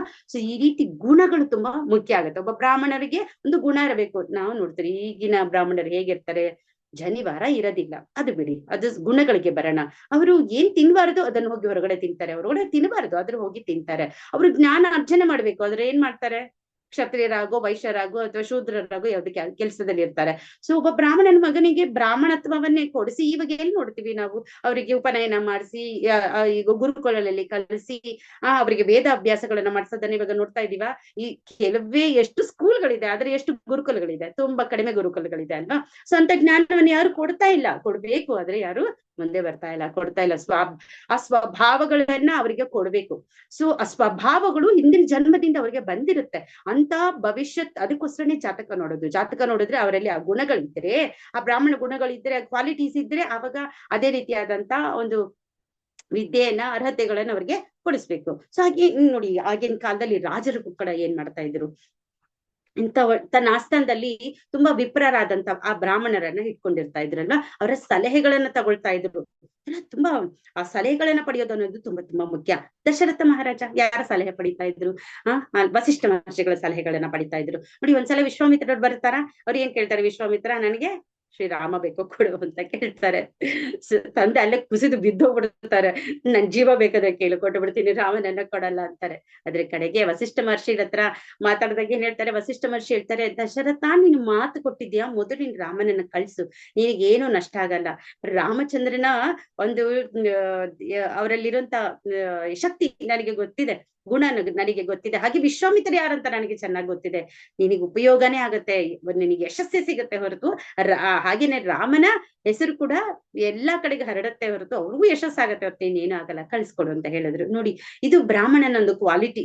ಏನ್ ಮಾಡ್ಬೇಕು ಅಂತ ಒಳ್ಳೆ ಸಲಹೆ ಕೊಡ್ಬೇಕು, ಅವರು ಸಲಹೆಗಾರರಾಗಿರ್ಬೇಕು ಅವರು. ಸೊ ಇದೇ ರೀತಿ ಪಾಂಡವರನ್ನ ನೋಡಿದ್ರೆ ಅವ್ರು ಯಾರು ಸಲಹೆ ಪಡಿತಾ ಇದ್ರು? ನಾರದ ಮಹರ್ಷಿ, ಮಾರ್ಕಂಡೇಯ ಮಹರ್ಷಿ, ಧೌಮ್ಯ, ಹಾಗೆ ಕೃಪಾಚಾರ್ಯ ಇಂಥ ದೊಡ್ಡ ದೊಡ್ಡ ಬ್ರಾಹ್ಮಣರ ಒಂದು ಸಲಹೆಗಳನ್ನ ಪಡಿತಾ ಇದ್ರು ಅವ್ರು ಯಾವಾಗ್ಲೂನಲ್ವಾ. ಅವರು ಕಾಡಲ್ಲಿರುವಾಗ ಕೂಡ ಏನು ಮಾಡ್ಬೇಕಂತ ಕೃಪಾಚಾರ್ಯರ ಹತ್ರ ಎಲ್ಲರ ಹತ್ರ ತಿಳ್ಕೊಳ್ತಾ ಇದ್ರು. ಹಾಗೇನೆ ದ್ರೋಣಾಚಾರ್ಯರಂತ ಅವರು ಪಾಂಡವರಿಗೆ ಸಲಹೆಗಾರರಾಗಿದ್ರು, ಕೌರವರಿಗೆ ಕೂಡ. ಸೊ ಒಂದು ಒಳ್ಳೆ ಸಲಹೆಗಳನ್ನ ಕೊಡ್ತಾ ಇದ್ರು. ಸೊ ಇದು ನಮ್ಗೆ ತುಂಬಾ ಮುಖ್ಯ. ಎಂತ ಸಲಹೆಗಾರರಿದ್ದಾರೆ ಅವರು ಬ್ರಾಹ್ಮಣರ ಅಂತ ನಾವು ತಿಳ್ಕೊಳ್ಬೇಕು. ಬ್ರಾಹ್ಮಣ ಅಂದ್ರೆ ನಾನು ಹೇಳಿದ್ನಲ್ಲ, ಜನ್ಮದಿಂದ ಅಲ್ಲ, ತನ್ನ ಗುಣಗಳಿಂದ, ಸ್ವಭಾವದಿಂದ, ಕಾರ್ಯಗಳಿಂದ ಅವರು ಬ್ರಾಹ್ಮಣರಾಗಿರ್ಬೇಕು. ಸೊ ಅದೇ ರೀತಿನಲ್ಲಿ ನಾವು ನೋಡ್ತೀವಿ ಮೈಸೂರು ರಾಜರ ಕಾಲದಲ್ಲಿ ಕೂಡ ಅಲ್ವಾ, ಎಷ್ಟು ಎಷ್ಟು ಒಳ್ಳೆ ಒಳ್ಳೆ ತುಂಬಾ ಪಂಡಿತರಾದಂತ ಬ್ರಾಹ್ಮಣರಿದ್ರು. ಅವರ ಮಂಡಲಿನಲ್ಲೇ ತುಂಬಾ ವಿದ್ಯಾವಂತರು ಬ್ರಾಹ್ಮಣರೇ ಇರ್ತಿತ್ತು. ಸೊ ಹಾಗೆ ಆಗಿನ ಕಾಲ ಈ ಜಸ್ಟ್ ಕೆಲವು ವರ್ಷಗಳಿಂದ ನಡೆದಂತ ಮೈಸೂರು ರಾಜರ ಕಾಲದಲ್ಲೂ ಕೂಡ ಹಾಗೆ ಇರ್ತಾ ಇತ್ತು. ಆಲ್ಮೋಸ್ಟ್ ಎಲ್ಲ ರಾಜರು ಕೂಡ ಒಳ್ಳೆ ಸಲಹೆಗಾರರನ್ನ ಇಟ್ಕೊಂಡಿರ್ತಾ ಇದ್ರು. ಅಷ್ಟಕ್ಕೆ ಬಿಡಿ, ಮೊಘಲರ ಸಾಮ್ರಾಜ್ಯದಲ್ಲೂ ಕೂಡ ಬ್ರಾಹ್ಮಣರು ಇರ್ತಾ ಇದ್ರು. ಚೈತನ್ಯ ಮಹಾಪ್ರಭುಗಳ ಒಂದು ಕಾಲದಲ್ಲಿ ಕೂಡ ನೋಡ್ಬೋದು ನಾವು ಅಲ್ವಾ. ಸೊ ಆ ಮೊಘಲ್ ಸಾಮ್ರಾಜ್ಯ ಯಾರು ಮಾಡ್ತಾ ಇದ್ರು, ಅವರ ಸಲಹೆಗಾರರಾಗಿ ಯಾರು ಇರ್ತಾ ಇದ್ರು? ಸನಾತನ ಗೋಸ್ವಾಮಿ, ರೂಪ ಗೋಸ್ವಾಮಿ ಇವ್ರು ಇರ್ತಾ ಇದ್ರು. ಅವರೆಲ್ಲ ಸರಸ್ವತಿ ಬ್ರಾಹ್ಮಣರು ಅಲ್ವಾ. ಸೊ ಅಂತ ಬ್ರಾಹ್ಮಣರನ್ನ ಅವರ ಬುದ್ಧಿ ಜ್ಞಾನವನ್ನು ಉಪಯೋಗಿಸ್ಕೊಡೋದಕ್ಕೆ ಅವರೆಲ್ಲ ಮುಸ್ಲಿಂ ಹೆಸರುಗಳನ್ನ ಕೊಟ್ಬಿಟ್ಟು ಅವರನ್ನ ಇಟ್ಕೊಂಡಿರ್ತಾ ಇದ್ರು. ಸೊ ಇದು ತುಂಬಾ ಮುಖ್ಯ. ಸೊ ಹಾಗಾಗಿ ಆ ಬ್ರಾಹ್ಮಣರ ಒಂದು ಸಲಹೆಗಳು ಎಷ್ಟು ನಮ್ಮ ಜೀವನಕ್ಕೆ ಮುಖ್ಯ ಅನ್ನೋದನ್ನ ನಾವು ತಿಳ್ಕೊಳ್ತಾ ಇದೀವಿ. ಸೊ ಇದೆಲ್ಲ ಸರಿ. ಆದ್ರೆ ಬ್ರಾಹ್ಮಣರ ಮೇಲು, ಬೇರೆಯವರೆಲ್ಲ ಕೀಳು ಅನ್ನೋ ಮನೋಭಾವ ಅಲ್ಲ. ಆದ್ರೆ ಎಲ್ಲರೂ ಕೂಡ ಬೇಕು, ಸಮಾಜದಲ್ಲಿ ಎಲ್ಲರೂ ಸಮಾನನೇ ಅಲ್ವಾ. ಸೊ ಹಾಗಾಗಿನೇ ಕೃಷ್ಣನೇ ಭಗವದ್ಗೀತೆಯಲ್ಲಿ ಹೇಳ್ತಾರೆ, ಚಾತುರ್ವರ್ಣ ಮಯಾ ಸಿಸ್ಟಮ್, ಗುಣಕರ್ಮ ಸ್ವಭಾವಜ ಅಂತ ಹೇಳ್ತಾರೆ. ಗುಣ ಕರ್ಮದನ್ನ ನೋಡಿ ನಾನು ಈ 4 ವರ್ಣಗಳನ್ನ ಮಾಡಿದ್ದೀನಿ. ಅದಕ್ಕೆ ತಕ್ಕ ಹಾಗೆ ಎಲ್ಲರೂ ಹೊಂದಾಣಿಕೆ ಮಾಡ್ಕೊಂಡು ಒಬ್ಬರನ್ನೊಬ್ಬರು ಅನುಸರಿಸ್ಕೊಂಡು ನೀವು ಹೋಗ್ಬೇಕು. ಹಾಗಾಗಿ ಈ ಕೋಪರೇಷನ್ ಅನ್ನೋದು ತುಂಬಾ ಮುಖ್ಯ ಅಂತ ಹೇಳಿದ್ದಾರೆ. ಸೊ ಹಾಗಾಗಿ ಈ ಗುಣಗಳು ತುಂಬಾ ನಮ್ಗೆ ಮುಖ್ಯ ಅಂತ ಗೊತ್ತಾಯ್ತು. ಸೊ ಬ್ರಾಹ್ಮಣರ ಗುಣಗಳ ಬಗ್ಗೆ ಮತ್ತೆ ಎಲ್ಲ ಒಂದು ಕ್ಷತ್ರಿಯರ, ವೈಶ್ಯರ, ಶೂದ್ರರ ಗುಣಗಳ ಬಗ್ಗೆ ಆಲ್ರೆಡಿ ನಾವು ಭಗವದ್ಗೀತೆಯಿಂದ ನಾವು ಓದಿ ಅರ್ಥ ಮಾಡ್ಕೊಂಡ್ವಿ ಅಲ್ವಾ. ಸೊ ಇದೆಲ್ಲ ಏನಕ್ಕೆ ಮಾಡ್ಬೇಕು, ಏನಕ್ಕೆ ಇದೆಲ್ಲ ಮುಖ್ಯ? ಇದೆಲ್ಲ ಏನಕ್ಕೆ ಮುಖ್ಯ ಅಂತ ಹೇಳಿದ್ರೆ, ಸಮಾಜಕ್ಕೆ ನಾವು ಏನು ಕೊಡ್ತಾ ಇದೀವಿ, ಅವರನ್ನ ಭಕ್ತರನ್ನಾಗಿ ಮಾಡ್ತಾ ಇದ್ದೀವಾ, ನಮ್ಮ ಜೀವನವನ್ನ ಸಾಫಲ್ಯ ಮಾಡ್ಕೊಳ್ತಾ ಇದೀವಾ, ಇದನ್ನ ತಿಳ್ಕೊಳ್ಳೋದಕ್ಕೆ. ನೋಡಿ, ಕೃಷ್ಣ ಕೂಡ ಕರ್ಣನಿಗೆ ಹೇಳಿದ್ರು ಒಂದ್ಸಲ, ಏನಕ್ಕೆ ಇಷ್ಟು ಚಿಂತೆ ಮಾಡ್ತಾ ಇದೆಯಾ, ಬಿಡು ಅವರನ್ನ, ಬಿಟ್ಟು ಈ ಕಡೆ ಬಾ ಅಂತ. ಆದ್ರೆ ಕರ್ಣ ಒಪ್ಲಿಲ್ಲ. ಆಗ ನಮ್ಗೆಲ್ಲ ಅನ್ಯಾಯ ನಡೀತು ಅಂತ ಕರ್ಣ ಹೇಳಿದಾಗ ಕೃಷ್ಣ ಹೇಳ್ತಾರೆ, ಎಲ್ಲ ಅನ್ಯಾಯ ನಡೀತಾ, ನಿನಗೊಬ್ಬನಿಗೆ ನಡೀತಾ, ಜಗತ್ತಲ್ಲಿ ಯಾರಿಗೂ ಅನ್ಯಾಯ ನಡೆಯಲ್ವಾ? ಆಯ್ತು, ನಿನಗೆ ಕರ್ಣ, ನೀನು ಇಷ್ಟು ದೊಡ್ಡ ಏನು ವಾರಿಯರ್, ಯುದ್ಧ ಮಾಡೋಂತವ್ನು, ನಿನ್ಗೆ ಎಷ್ಟು ಶಕ್ತಿಗಳಿದೆ, ನೀನು ಪರಶುರಾಮನಿಂದ ನೀನ್ ವಿದ್ಯೆ ಪಡೆದಿದ್ಯಾ. ಹಾಗಾದ್ರೆ ನಿನ್ನಂತವ್ರು ಕೂಡ ಒಬ್ಬ ಸ್ವಾರ್ಥಿಯಾಗಿ ಯೋಚನೆ ಮಾಡಿದ್ರೆ ಹೇಗೆ? ನಿನ್ನ ಬಗ್ಗೆ ಮಾತ್ರನೇ ಯೋಚನೆ ಮಾಡಿದೆ, ನಿನ್ಗೆ ಅನ್ಯಾಯ ನಡೀತಲ್ಲ, ನಿನಗೆ ಅನ್ಯಾಯ ಆಗದೆ ನಿನಗೆ ಎಷ್ಟಾಯ್ತೋ ಆ ರೀತಿ ಬೇರೆಯವ್ರಿಗೆ ಆಗಬಾರ್ದಂತ ಏನು ನೀನು ಕಾರ್ಯಗಳನ್ನ ಮಾಡಿದ್ದೆ. ನೀನ್ ರಾಜ ಆದಲ್ಲ, ಆವಾಗಾದ್ರೂ ಶೂದ್ರರಿಗೆ ಏನಾದ್ರು ಒಳ್ಳೇದ್ ಮಾಡಿದ್ಯಾ? ನಿನ್ನ ಬಗ್ಗೆ ಮಾತ್ರ ಯೋಚನೆ ಮಾಡೋದಾದ್ರೆ ನೀನ್ ಅವ್ರ ಬಗ್ಗೆ ಯೋಚನೆ ಮಾಡಿಲ್ಲ. ಹಾಗಾಗಿ ಆ ಕ್ವಾಲಿಟೀಸ್ ಏನ್ ಪ್ರಯೋಜನ ಇಲ್ಲ. ಆದ್ರೆ ದ್ರೌಪದಿ ದ್ರೌಪದಿಗೆ ಯಾವಾಗ ಅನ್ಯಾಯ ನಡೀತು, ಒಂದು ಅರಮನೆಯಲ್ಲಿ ಯಾವಾಗ ಆಕೆಗೆ ಅವಮಾನ ಆಯ್ತು, ಆಗ ಆಕೆ ಅವಳ ಬಗ್ಗೆ ಮಾತ್ರ ಯೋಚನೆ ಮಾಡಿಲ್ಲ, ಕ್ಷಮಿಸಿದ್ರು ಎಲ್ಲರನ್ನ ಕೂಡ, ಶಾಪವನ್ನು ಕೊಟ್ರು, ಅದನ್ನ ಮರೆತು ಬಿಟ್ರು. ಆದ್ರೆ ಏನ್ ಯೋಚನೆ ಮಾಡಿದ್ರು, ಒಂದು ಚಕ್ರವರ್ತಿನಿ ಆದಂತ, ಒಂದು ಸಾಮ್ರಾಜ್ಞಿ ಆದಂತ ನನಗೆ ಇಷ್ಟ ಅನ್ಯಾಯ ನಡೆಯತ್ತೆ ಅಂತ ಆದ್ರೆ ಸಮಾಜದಲ್ಲಿರಂತ ಸಾಮಾನ್ಯ ಒಂದು ಸ್ತ್ರೀಯರ ಗತಿ ಏನು? ಹಾಗಾಗಿ ಯುದ್ಧ ಮಾಡ್ಲೇಬೇಕು ಅಂತ ಅನ್ಕೊಟ್ರು. ಅದು ಕೂಡ ಯಾರ ಸಲಹೆ ಮೇಲೆ? ಕೃಷ್ಣನ ಸಲಹೆ ಮೇಲೆ. ಯಸ್ಮಿನ್ ತುಷ್ಟಿ ಜಗತ್ತುಷ್ಟಿ ಅಲ್ವಾ. ಯಸ್ಮಿನ್ ತುಷ್ಟಿ ಜಗತ್ತುಷ್ಟಿ. ಸೊ ಹೀಗೆ ಭಗವಂತನನ್ನ ಸಂತೋಷ ಪಡಿಸ್ಬಿಟ್ರೆ ಎಲ್ಲ ಜಗತ್ತಲ್ಲಿ ಎಲ್ಲರನ್ನು ಕೂಡ ನಾವು ಸಂತೋಷ ಪಡಿಸಿದ ಹಾಗೆ. ಸೊ ಇದು ತುಂಬಾ ಮುಖ್ಯ. ಭಗವಂತನನ್ನ ಕೂಡ ನಾವು ಸಂತೃಪ್ತಿ ಪಡಿಸ್ಬೇಕು, ಸಮಾಜಕ್ಕೂ ಒಳ್ಳೇದು ಮಾಡ್ಬೇಕು. ಇದರಿಂದ ಸಮಾಜದಲ್ಲಿರುವಂತ ಎಲ್ಲರೂ ಕೂಡ ಭಕ್ತರಾಗ್ತಾರೆ. ಹಾಗಿಲ್ಲ ಅಂತ ಹೇಳಿದ್ರೆ ಪ್ರಭುಪಾದ್ರು ಏನಕ್ಕೆ ಪಾಶ್ಚಾತ್ಯ ದೇಶಗಳಿಗೆ ಹೋಗಿ ಅಂತ ಏನು ಅರಿವೇ ಇಲ್ಲದಂತ ಅನಾಗರಿಕ ಜನರನ್ನ ಏನಕ್ಕೆ ವಿಪ್ರರನ್ನಾಗಿ ಮಾಡಿ ಇಲ್ಲಿಗೆ ಕರ್ಕೊಂಡು ಬರ್ತಾರೆ ಅಲ್ವಾ. ಸೊ ಹಾಗಾಗಿ ಇದನ್ನ ನಾವು ತಿಳ್ಕೊಳ್ಬೇಕು. ಒಂದು ಶ್ರೇಷ್ಠ ಗುಣಗಳ ವರ್ಣಗಳಲ್ಲಿ ಇರಬೇಕು. ಸೊ ಯಾವುದೇ ಸ್ಥಾನದಲ್ಲಿದ್ರು ಕೂಡ ಭಗವಂತನ ಸೇವೆಯಲ್ಲಿ ಎಷ್ಟು ನಿರತರಾಗಿದ್ದಾರೆ ಅಂತ ನೋಡ್ಬೇಕು. ಹಾಗೆ ಸಮಾಜಕ್ಕೆ ನಮ್ಮ ಕೊಡುಗೆ ಏನು ಅಂತ ನಾವು ತಿಳ್ಕೊಳ್ಬೇಕು. ಇದು ತುಂಬಾ ಮುಖ್ಯವಾದಂತ ಒಂದು ವಿಷಯ. ಸೊ ನಾವ್ ಹೇಗೆ ಭಗವಂತನ ಸೇವೆ ಮಾಡ್ಬೇಕು, ಮತ್ತೆ ಸಮಾಜದ ಸೇವೆ ಹೇಗ್ ಮಾಡ್ಬೇಕು, ಯಾಕಂದ್ರೆ ಸಮಾಜ ಭಗವಂತನ ಸೇವೆಯಲ್ಲಿ ತೊಡಗಿರ್ಬೇಕು ಅಂತ ಹೇಳ್ಬಿಟ್ಟು. ಸೊ ಹೀಗೆ ಪಾಂಡವರಿಗೆ ಏನಕ್ಕೆ ಭಗವಂತ ಸಲಹೆ ಕೊಡ್ತಾ ಇದ್ರು, ಏನಕ್ಕೆ ಅವ್ರ ಜೊತೆಗೆ ಇರ್ತಾ ಇದ್ರು ಅಂದ್ರೆ, ಪಾಂಡವರು ಸಮಾಜದ ಬಗ್ಗೆ ಯೋಚನೆ ಮಾಡ್ತಾ ಇದ್ರು, ಎಲ್ಲರ ಬಗ್ಗೆ ಯೋಚನೆ ಮಾಡ್ತಾ ಇದ್ರು, ಸ್ವಾರ್ಥಿಗಳಾಗಿರ್ಲಿಲ್ಲ ಅಲ್ವಾ. ಸೊ ಹಾಗಾಗಿ ಭಗವಂತ ಅವ್ರ ಕಡೆಗೆ ಇದ್ರು. ಸೊ ಹೀಗೆ ಎಲ್ಲ ವರ್ಣಾಶ್ರಮದಲ್ಲಿರೋರು ಕೂಡ ಭಕ್ತಿ ಕಡೆಗೆ ಗಮನ ಕೊಡ್ಬೇಕು. ಹಾಗೆ ಭಕ್ತಿ ಜೀವನ ಹೇಗ್ ಮಾಡ್ಬೇಕು ಅಂತ ಬೇರೆಯವ್ರಿಗೆ ಕೂಡ ಮಾರ್ಗದರ್ಶನ ಕೊಡ್ಬೇಕು. ಸೊ ಭಕ್ತರಾಗ್ಲಿಕ್ಕೆ ನಾವೆಲ್ಲರೂ ಇನ್ನೊಬ್ಬರಿಗೆ ಸಹಾಯ ಮಾಡ್ಬೇಕು. ಸೊ ಹೇಗೆ ನಾವು ಸಹಾಯ ಮಾಡ್ಬೇಕು ಅಂತ ಯೋಚನೆ ಮಾಡ್ಬೇಕು. ಆಮೇಲೆ ಕಡೆಯದಾಗಿ ಓಕೆ, ಸೊ ಎಲ್ಲ ವರ್ಣದವರು ಕೂಡ ಒಂದು ಮಾಯೆಗೆ ವಶರಾಗಿರ್ತಾರೆ. ಸೊ ಹಾಗಾಗಿ ಎಲ್ಲರೂ ಕೂಡ ಭಗವಂತನ ಭಕ್ತಿ ಮಾಡಿದ್ರೆ ಎಲ್ಲರೂ ಕೂಡ ಒಳ್ಳೆ ಭಕ್ತರಾಗ್ಲಿಕ್ಕೆ ಸಾಧ್ಯ ಆಗತ್ತೆ. ಇದು ಬ್ರಾಹ್ಮಣರಲ್ಲಿ ಒಂದು ಯೋಚನೆ ಮಾಡ್ಬೇಕಂತ 2 ವಿಷಯಗಳಿದೆ. ಏನಂತ ಹೇಳಿದ್ರೆ, ಬ್ರಾಹ್ಮಣರು ತಿಳ್ಕೊಳ್ಬೇಕು, ಅವರು ಕ್ಷತ್ರಿಯರಲ್ಲ. ಸೊ ಹಾಗಾಗಿ ಅವರು ಬರೀ ಸಲಹೆಗಾರರು ಅಂತ ತಿಳ್ಕೊಳ್ಬೇಕು. ಹಾಗೇನೆ ಬ್ರಾಹ್ಮಣರು ನಾವೆಲ್ಲಾ ಕಾರ್ಯಗಳನ್ನ ಮಾಡೋದಕ್ಕಾಗತ್ತೆ ಅಂತ ಅನ್ಕೊಳ್ಬಾರದು. ಅವರು ಜ್ಞಾನಾರ್ಜನೆ ಪಡಿಬೇಕು, ಜ್ಞಾನವನ್ನ ಕೊಡ್ಬೇಕು ಅಷ್ಟೇನೆ. ಸೊ ಹೀಗೆ ನಾವು ನೋಡ್ಬೋದು, ಒಂದು ಚಾಣಕ್ಯ ಬಂದ್ಬಿಟ್ಟು, ಪ್ರಭು ಇನ್ನೊಂದು 3 ಮಿನಿಟ್ಸ್ ಕೊಡಿ ನನ್ಗೆ. ಸೊ ಈಗ ಚಾಣಕ್ಯ ಬಂದ್ಬಿಟ್ಟು ಏನ್ ಮಾಡಿದ್ರು, ಚಂದ್ರಗುಪ್ತ ಮೌರ್ಯ ಅವರ ಸಲಹೆಗಾರರಾಗಿದ್ರು ಅಲ್ವಾ. ಚಂದ್ರಗುಪ್ತ ಮೌರ್ಯ ಚಿಕ್ಕ ಮಗು ಇರುವಾಗ ಒಂದು ರೋಡಲ್ಲಿ ಹೋಗ್ತಾ ಇರುವಾಗ ಚಾಣಕ್ಯರು ಏನ್ ಮಾಡಿದ್ರಂತೆ, ಕೌಟಿಲ್ಯ ಸೊ ಏನ್ ಮಾಡಿದ್ರು, ಒಂದಷ್ಟು ದೊಡ್ಡ ಪೊದೆಗಳು ಇರ್ತಾ ಇತ್ತಲ್ಲ, ಆ ಪೊದೆಗಳನ್ನ ಎಳಿತಾ ಇದ್ರಂತೆ. ಆಗ ಈ ಚಂದ್ರಗುಪ್ತ ಮೌರ್ಯ ಚಿಕ್ಕ ಹುಡುಗ ಬರ್ತಾ ಇದ್ರಂತೆ. ಏನ್ ಮಾಡ್ತಾ ಇದ್ದೀರಾ ಅಂದ್ರಂತೆ. ಇದು ರಸ್ತೆಗೆ ಅಡ್ಡವಾಗಿದೆ ಅಂತ ಹೇಳಿದ್ರಂತೆ. ಆ ಕಡೆ ಜಾಗ ಇದೆಯಲ್ಲ, ಆ ಕಡೆಯಿಂದ ಹೋಗ್ಬೋದು ಅಂತ ಕೇಳಿದ್ರಂತೆ. ಆಗ ಚಾಣಕ್ಯರು ಹೇಳಿದ್ರಂತೆ, ನಾನ್ ಹೊಟ್ಟೋಗ್ತೀನಿ, ಆದ್ರೆ ಬೇರೆಯವರೆಲ್ಲ ಬರೋರು ಹೋಗೋರು ಅವ್ರಿಗೆ ಇದು ತೊಂದರೆ ಕೊಡತ್ತಲ್ವಾ, ಅನನುಕೂಲ ಆಗತ್ತೆ. ಅದಕ್ಕೆ ಎಲ್ಲರಿಗೂ ಅನುಕೂಲ ಆಗ್ಬೇಕು ಅಂತ ಹೇಳ್ಬಿಟ್ಟು ಕೆಲಸ ಮಾಡ್ತಾ ಇದ್ದೀನಿ ಅಂದಾಗ ಅವಳಿಗೆ ತುಂಬಾ ಇಷ್ಟ ಆಗೋಯ್ತು. ಅದಕ್ಕೋಸ್ಕರ ನಾನು ಸಹಾಯ ಮಾಡ್ತೀನಿ ಅಂತ ಹೇಳ್ಬಿಟ್ಟು ಆ ಪೊದೆಗಳನ್ನೆಲ್ಲ ತೆಗೆದು ಆ ರಸ್ತೆನೆಲ್ಲ ಶುದ್ಧಿ ಮಾಡಿದ್ರು. ಆವಾಗ ಗೊತ್ತಾಯ್ತಂತೆ ಚಾಣಕ್ಯ ಇದ್ರೆ ಇಂತ ರಾಜ ಇರ್ಬೇಕು ಅಂತ. ಅವಾಗ ಹೇಳಿದ್ರಂತೆ, ನೋಡು, ನಾನ್ ನಿನ್ಗೆ ಸಲಹೆಗಾರನಾಗಿರ್ತೀನಿ, ಯಾಕಂದ್ರೆ ನೀವು ಬ್ರಾಹ್ಮಣ ಅಲ್ವಾ. ಸೊ ನಾನು ನಿನ್ನ ರಾಜನನ್ನಾಗಿ ಮಾಡ್ತೀನಿ, ನಾನು ಹೇಳಿದ್ದನ್ನಲ್ಲಿ ನೀನ್ ಕೇಳ್ಬೇಕು ಅಂದ್ರಂತೆ. ಯಾಕಂದ್ರೆ ಆವಾಗಿದ್ದಂತ ರಾಜ ತುಂಬಾ ದುಷ್ಟ.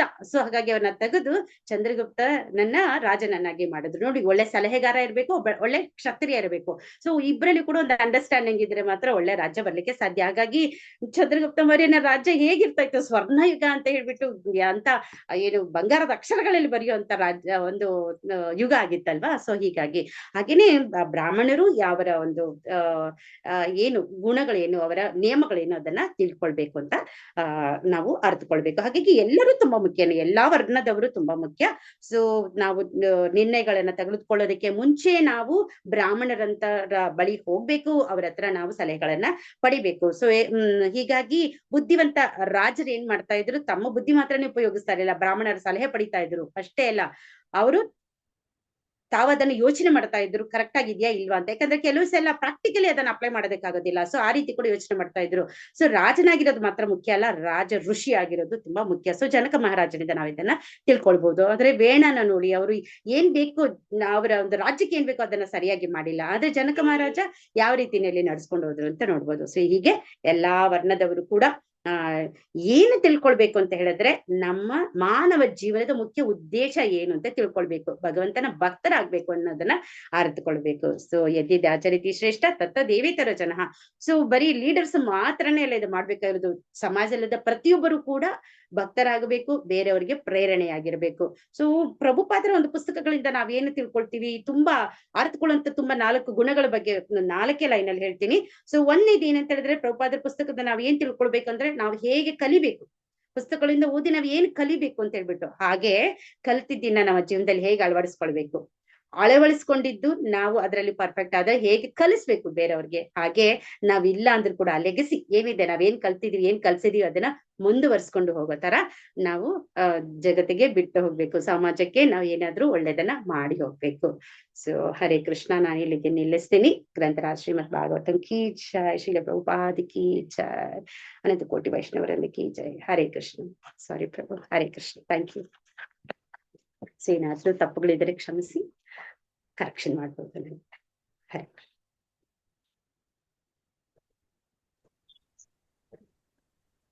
ಹರೇ ಕೃಷ್ಣ ಮಾತಾಜಿ.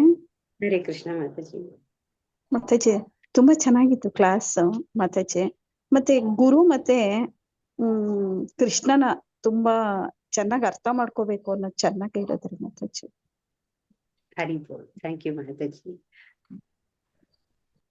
ಎಲ್ಲರ ಜೀವನದಲ್ಲೂ ಗುರು ಬೇಕೇ ಬೇಕು. ಹರೇ ಕೃಷ್ಣ ಮಾತಾಜಿ. ದಂಡವತ್ ಪ್ರಣಾಮ ಮಾತಾಜಿ. ಹರೇ ಕೃಷ್ಣ. ಧನ್ಯವಾದ ಪ್ರಣಾಮ ಮಾತಾಜಿ. ತುಂಬಾ ಅದ್ಭುತವಾಗಿತ್ತು ಮಾತಾಜಿ ಇವತ್ತಿನ ಅಧಿವೇಶನ. ಮಾತಾಜಿ, ಇವತ್ತಿನ ನನ್ನ ಟೇಕ್ ಅವೇ ಪಾಯಿಂಟ್ ಬಂದು ಲೈಕ್ ಗುರುವಿನ ಗುಲಾಮನಾದ ದೊರೆಯದ ಮುಖತ್ತಿ ಅನ್ನೋದನ್ನ ತುಂಬಾ ಸ್ಪಷ್ಟವಾಗಿ ಅರ್ಥ ಮಾಡಿಸ್ರಿ. ಮತ್ತೆ ಜಪದ ಇಂಪಾರ್ಟೆಂಟ್. ಸೊ ಜಪ ಜಸ್ಟ್ ನಾವು ಹರೇ ಕೃಷ್ಣ ಮಹಾಮಂತ್ರ ಹೇಳೋದ್ರಿಂದ ನಮ್ಮ ಜಾತಕನೇ ಬದಲಾಗ್ಬಿಡುತ್ತೆ ಅನ್ನೋದನ್ನ ತುಂಬಾ ಅದ್ಭುತವಾಗಿ ನಮ್ಗೆಲ್ಲ ತಿಳಿಸ್ಕೊಟ್ರಿ Mataji. Thank you so much Mataji. Hare Krishna.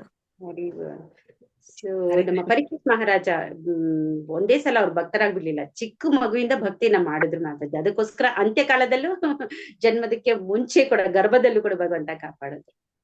Hari thank you. Thank you Mataji. Hare Krishna Mataji, ದಂಡವತ್ ಪ್ರಣಾಮ.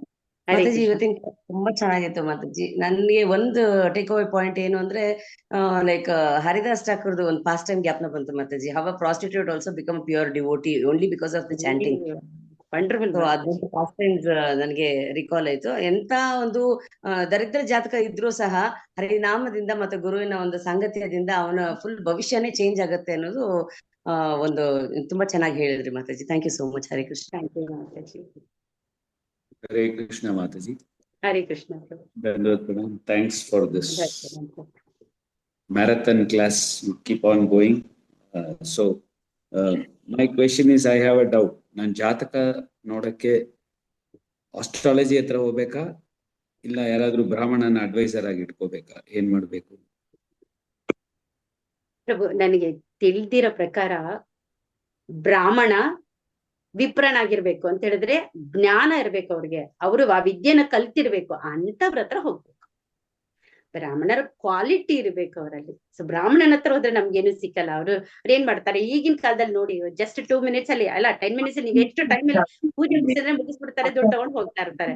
ಆದ್ರೆ ಆಗಿನ ಕಾಲದಲ್ಲಿ ಹಾಗಿರ್ಲಿಲ್ಲ ಅಲ್ವಾ? ಸೊ ಅವ್ರು ಯಾವ್ದೇ ಒಂದು ದುಡ್ಡಿಗೆ ಆಸೆ ಪಡ್ತಾ ಇರ್ಲಿಲ್ಲ. ಸೊ ನಾವ್ ಎಂತ ಭವಿಷ್ಯತ್ತು ಹೇಳೋರ ಹತ್ರ ಹೋಗ್ಬೇಕು. ನಾನು ಅದಕ್ಕೆ ಬಾನು ಮಹಾರಾಜದು ಹೇಳಿದ್ದೆ ನಾನು. ಸೊ ಅವ್ರು ನೋಡಿ ಭಕ್ತರು ಹೌದು, ಹಾಗೇನೆ ಅವರು ಜ್ಞಾನಿಗಳು ಹೌದು. ಸೊ ಅಂತವ್ರ ಹತ್ರ ನಾವು. ಸಾರಿ ಪ್ರಭು, ನಿಮ್ಗೆ ಹೇಳೋಷ್ಟಿಲ್ಲ. ಇಲ್ಲ, so I am asking, should we go to astrologer or what should we do as Vaishnavas? ಪ್ರಭು, ನಮ್ಗೆ ಕೂಡ ಅಸ್ಟ್ರಾಲಜರ್ ಬೇಕು. ನಾವು ಕೂಡ ಭವಿಷ್ಯತ್ತನ್ನು ತಿಳ್ಕೊಳ್ಬೇಕು. ಸಪೋಸ್ ಮಗುನಲ್ಲಿ ಗುಣಗಳು ಬೇಕಂತ ಹೇಳಿದ್ರೆ ಅದನ್ನ ಮೊದಲಿಂದಾನೇ ಆ ವಿದ್ಯೆಗಳನ್ನು ಕಲಿಸ್ಬೇಕಲ್ವಾ? ಸೊ ಎಲ್ಲರೂ ಕೂಡ ಭವಿಷ್ಯತ್ತನ್ನು ತಿಳ್ಕೊಳ್ಬೇಕು. ಪರೀಕ್ಷಿತ್ ಮಹಾರಾಜ ಹುಟ್ಟಿದಾಗ ಪಾಂಡವರು ಮಾಡಿದ್ದಾರೆ ಅಂದ್ರೆ ನಾವು ಕೂಡ ಭವಿಷ್ಯತ್ತನ್ನ ತಿಳ್ಕೊಳ್ಬೇಕು. ಆದ್ರೆ ಅದೇ ಮೇನ್ ಅಲ್ಲ, ಆದ್ರೆ ಭಕ್ತಿನ ಕೊಟ್ಟು ಅವರ ಭವಿಷ್ಯತ್ತನ್ನು ಹೇಗೆ ಬೆಳಗ್ಬಹುದು, ಅವರ ಜನ್ಮವನ್ನ ಸಾರ್ಥಕ ಮಾಡ್ಬೋದು ಅಂತ ಕೂಡ ತಿಳ್ಕೊ. Thank you. Thank you. Okay. Thank you. Thank you, Suganamai Mataji. Thank you very much. So, the same time, we should not miss the title of the chapter and the topic. These two also we need to keep in mind. So, you have nicely explained with various examples. One thing is, one secret you have revealed today, that is, though the person Jataka is not okay, but if he chants Hare Krishna Maha Mantra and his rekas in the hasta can be changed by the mercy of Guru and Krishna. That's very fantastic. Also, Rajnath Prabhu asked a question, whom to approach? So we should approach Vaishnava Brahmana, preferably. Vaishnava, just like, Bhaktisiddhanta Saraswati Thakur, he knows all the astrology. So we go as per the title of the chapter, that is how Parikshit Maharaj received the age of Kali. So he handled and he managed it very well. That's fine. And now the problem is, how do we live in Kali Yuga? That's very important. So Sri Chaitanya Mahaprabhu has already given us so many wonderful tips. He did not speak any Bhagavad Gita or Bhagavatam, something like that. He did not give any new scripture, but he gave only one Sikshastakam. Those who chant the holy name of the Lord, accept a guru in a bona fide parampara, follow the 4 regulatory principles, and recite the Sikshastakam. These things enough to purify oneself. Though his Jataka is the very worst or bad, and it can be turned 360 degrees if we chant the holy name of the Lord. Yes, sir. So, you have given nice class, Masaji. Thank you very much. Sorry, At the there same was a time, few points I missed in that. Parikshit Maharaj, how he is receiving Kali, it was there. So I missed everything. Prabhu. Okay, see, that is what one point I wanted to tell, Prabhu. So ಎಲ್ಲರೂ ನಾವೆಲ್ಲ ಒಂದು ಯಾರಾದ್ರೂ ಕಳ್ಳರು ಬಂದ್ರೆ ಹೇಗೆ ಅವರನ್ನ receive ಮಾಡ್ತೀವ, ಸತ್ಕಾರಗಳು ಮಾಡ್ತೀವ. ಆದ್ರೆ ಪರೀಕ್ಷಿತ್ ಮಹಾರಾಜರಿಂದ ಗುಣ ಹೇಗಿತ್ತು ನೋಡಿ, ಆ ಕಲಿಗೆ ಕೂಡ ಸ್ಥಾನವನ್ನ ಕೊಟ್ರು, ಆ ಕಲಿಗೆ ಕೂಡ ಒಂದು ಎಲ್ಲಿ ಇರ್ಬಹುದು ಅಂತ ಹೇಳ್ಬಿಟ್ಟು ಅವರಿಗೆ ಒಂದು ಸತ್ಕಾರವನ್ನ ಕೊಟ್ರು. ಎಂತ ಒಳ್ಳೆ ಗುಣ. ಒಬ್ಬ ರಾಜನಾಗಿ ಇದ್ಕೊಂಡು ಯಾರು ಶರಣಾಗತಿಗೆ ಬರ್ತಾರೆ, ಹೇಗೆ ಅಂತವ್ರಿಗೆ ಆಗಿರ್ಲಿ ಅವ್ರು ಹೇಗೆ ಅವ್ರಿಗೆ ಒಂದು ಸ್ಥಾನವನ್ನ ಕೊಡ್ತಾರೆ, ಸತ್ಕಾರವನ್ನ ಮಾಡ್ತಾರೆ ಅಂತ ನಾವು ಪರೀಕ್ಷಿತನಿಂದ ತಿಳಿಬೇಕು. Thank you, Prabhu. Sorry, Okay. Prabhu, in that region I forgot many points. Yeah, so we also request you to kindly stick to the timing. Yes, Prabhu. So here afterwards, maximum 3 or 4 minutes time is given. When the clock strikes 6:40, and the host has to mute the speaker. Okay, Okay. Yes. fine. So over to Varaha Krupamai Prabhu. Thank you, Prabhu. Hare Krishna. Thank you, for Prabhuji. giving. Thank you. Thank you, Sadnamai Mataji. Thank you, Thank Prabhuji. you. Hare Krishna. So, Hare Krishna devotees, any other announcements? I can see one announcement in the chat box from Adi Sachi Mata Devi Dasi Mataji. She is mentioning that she is requesting the prayers for Kishan, that is her son, and he has got pain in his body, and so that his wounds heal soon. So, yes, Mataji will include Kishan Prabhu in our prayers so that he gets well soon. Are there any other announcements? Yes, Prabhu, one more message I had seen. Rajnath Prabhuji, go ahead. Yeah, Rashmi Mataji is saying, thank you, Mataji, for the class. Nice class, wonderful class. Examples you gave inspired me and motivated me to continue in KC. Wonderful. Thank you. Thank you, Prabhu. Thank you for adding that. Hare Krishna Prabhu, Yes. Dandavat Pranam.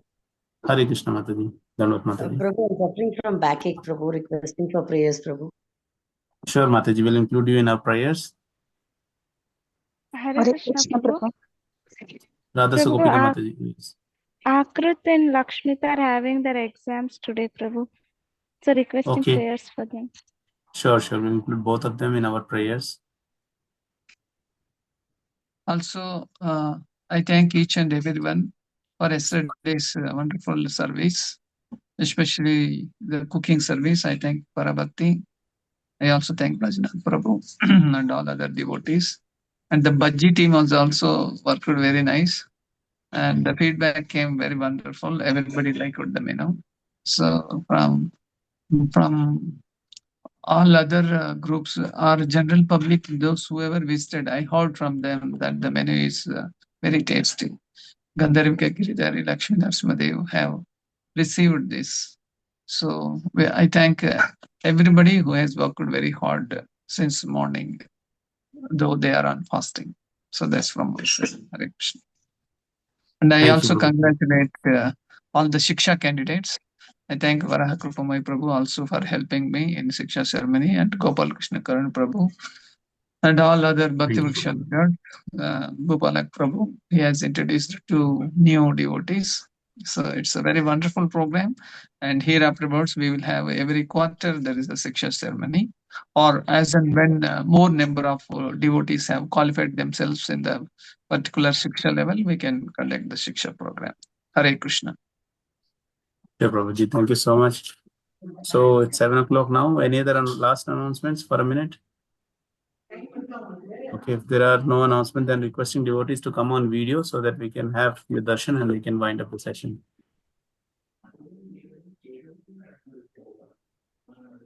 And if anybody has taken photos, videos of yesterday's cooking and Shiksha ceremony, kindly post the videos. We are going to make a video album. Hare Krishna.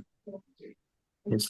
Prabhuji, there is a live video I had taken, so that for Shiksha ceremony, that is already there on the YouTube.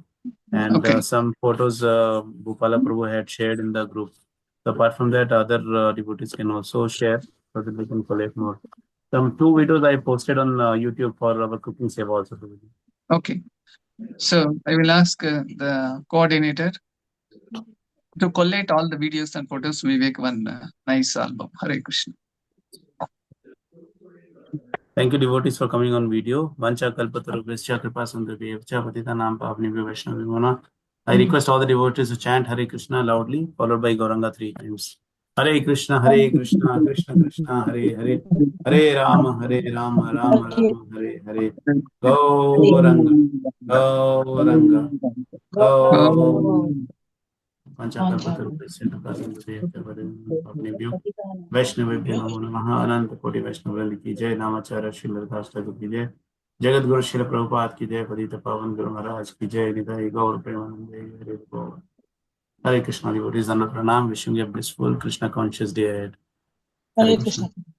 Hare Krishna. Hare Krishna, Prabhuji. Hare Krishna. Hare Krishna. Pranam to all the Vaishnavas. Hare Krishna. ಧನ್ಯವಾದ ಪ್ರಭು.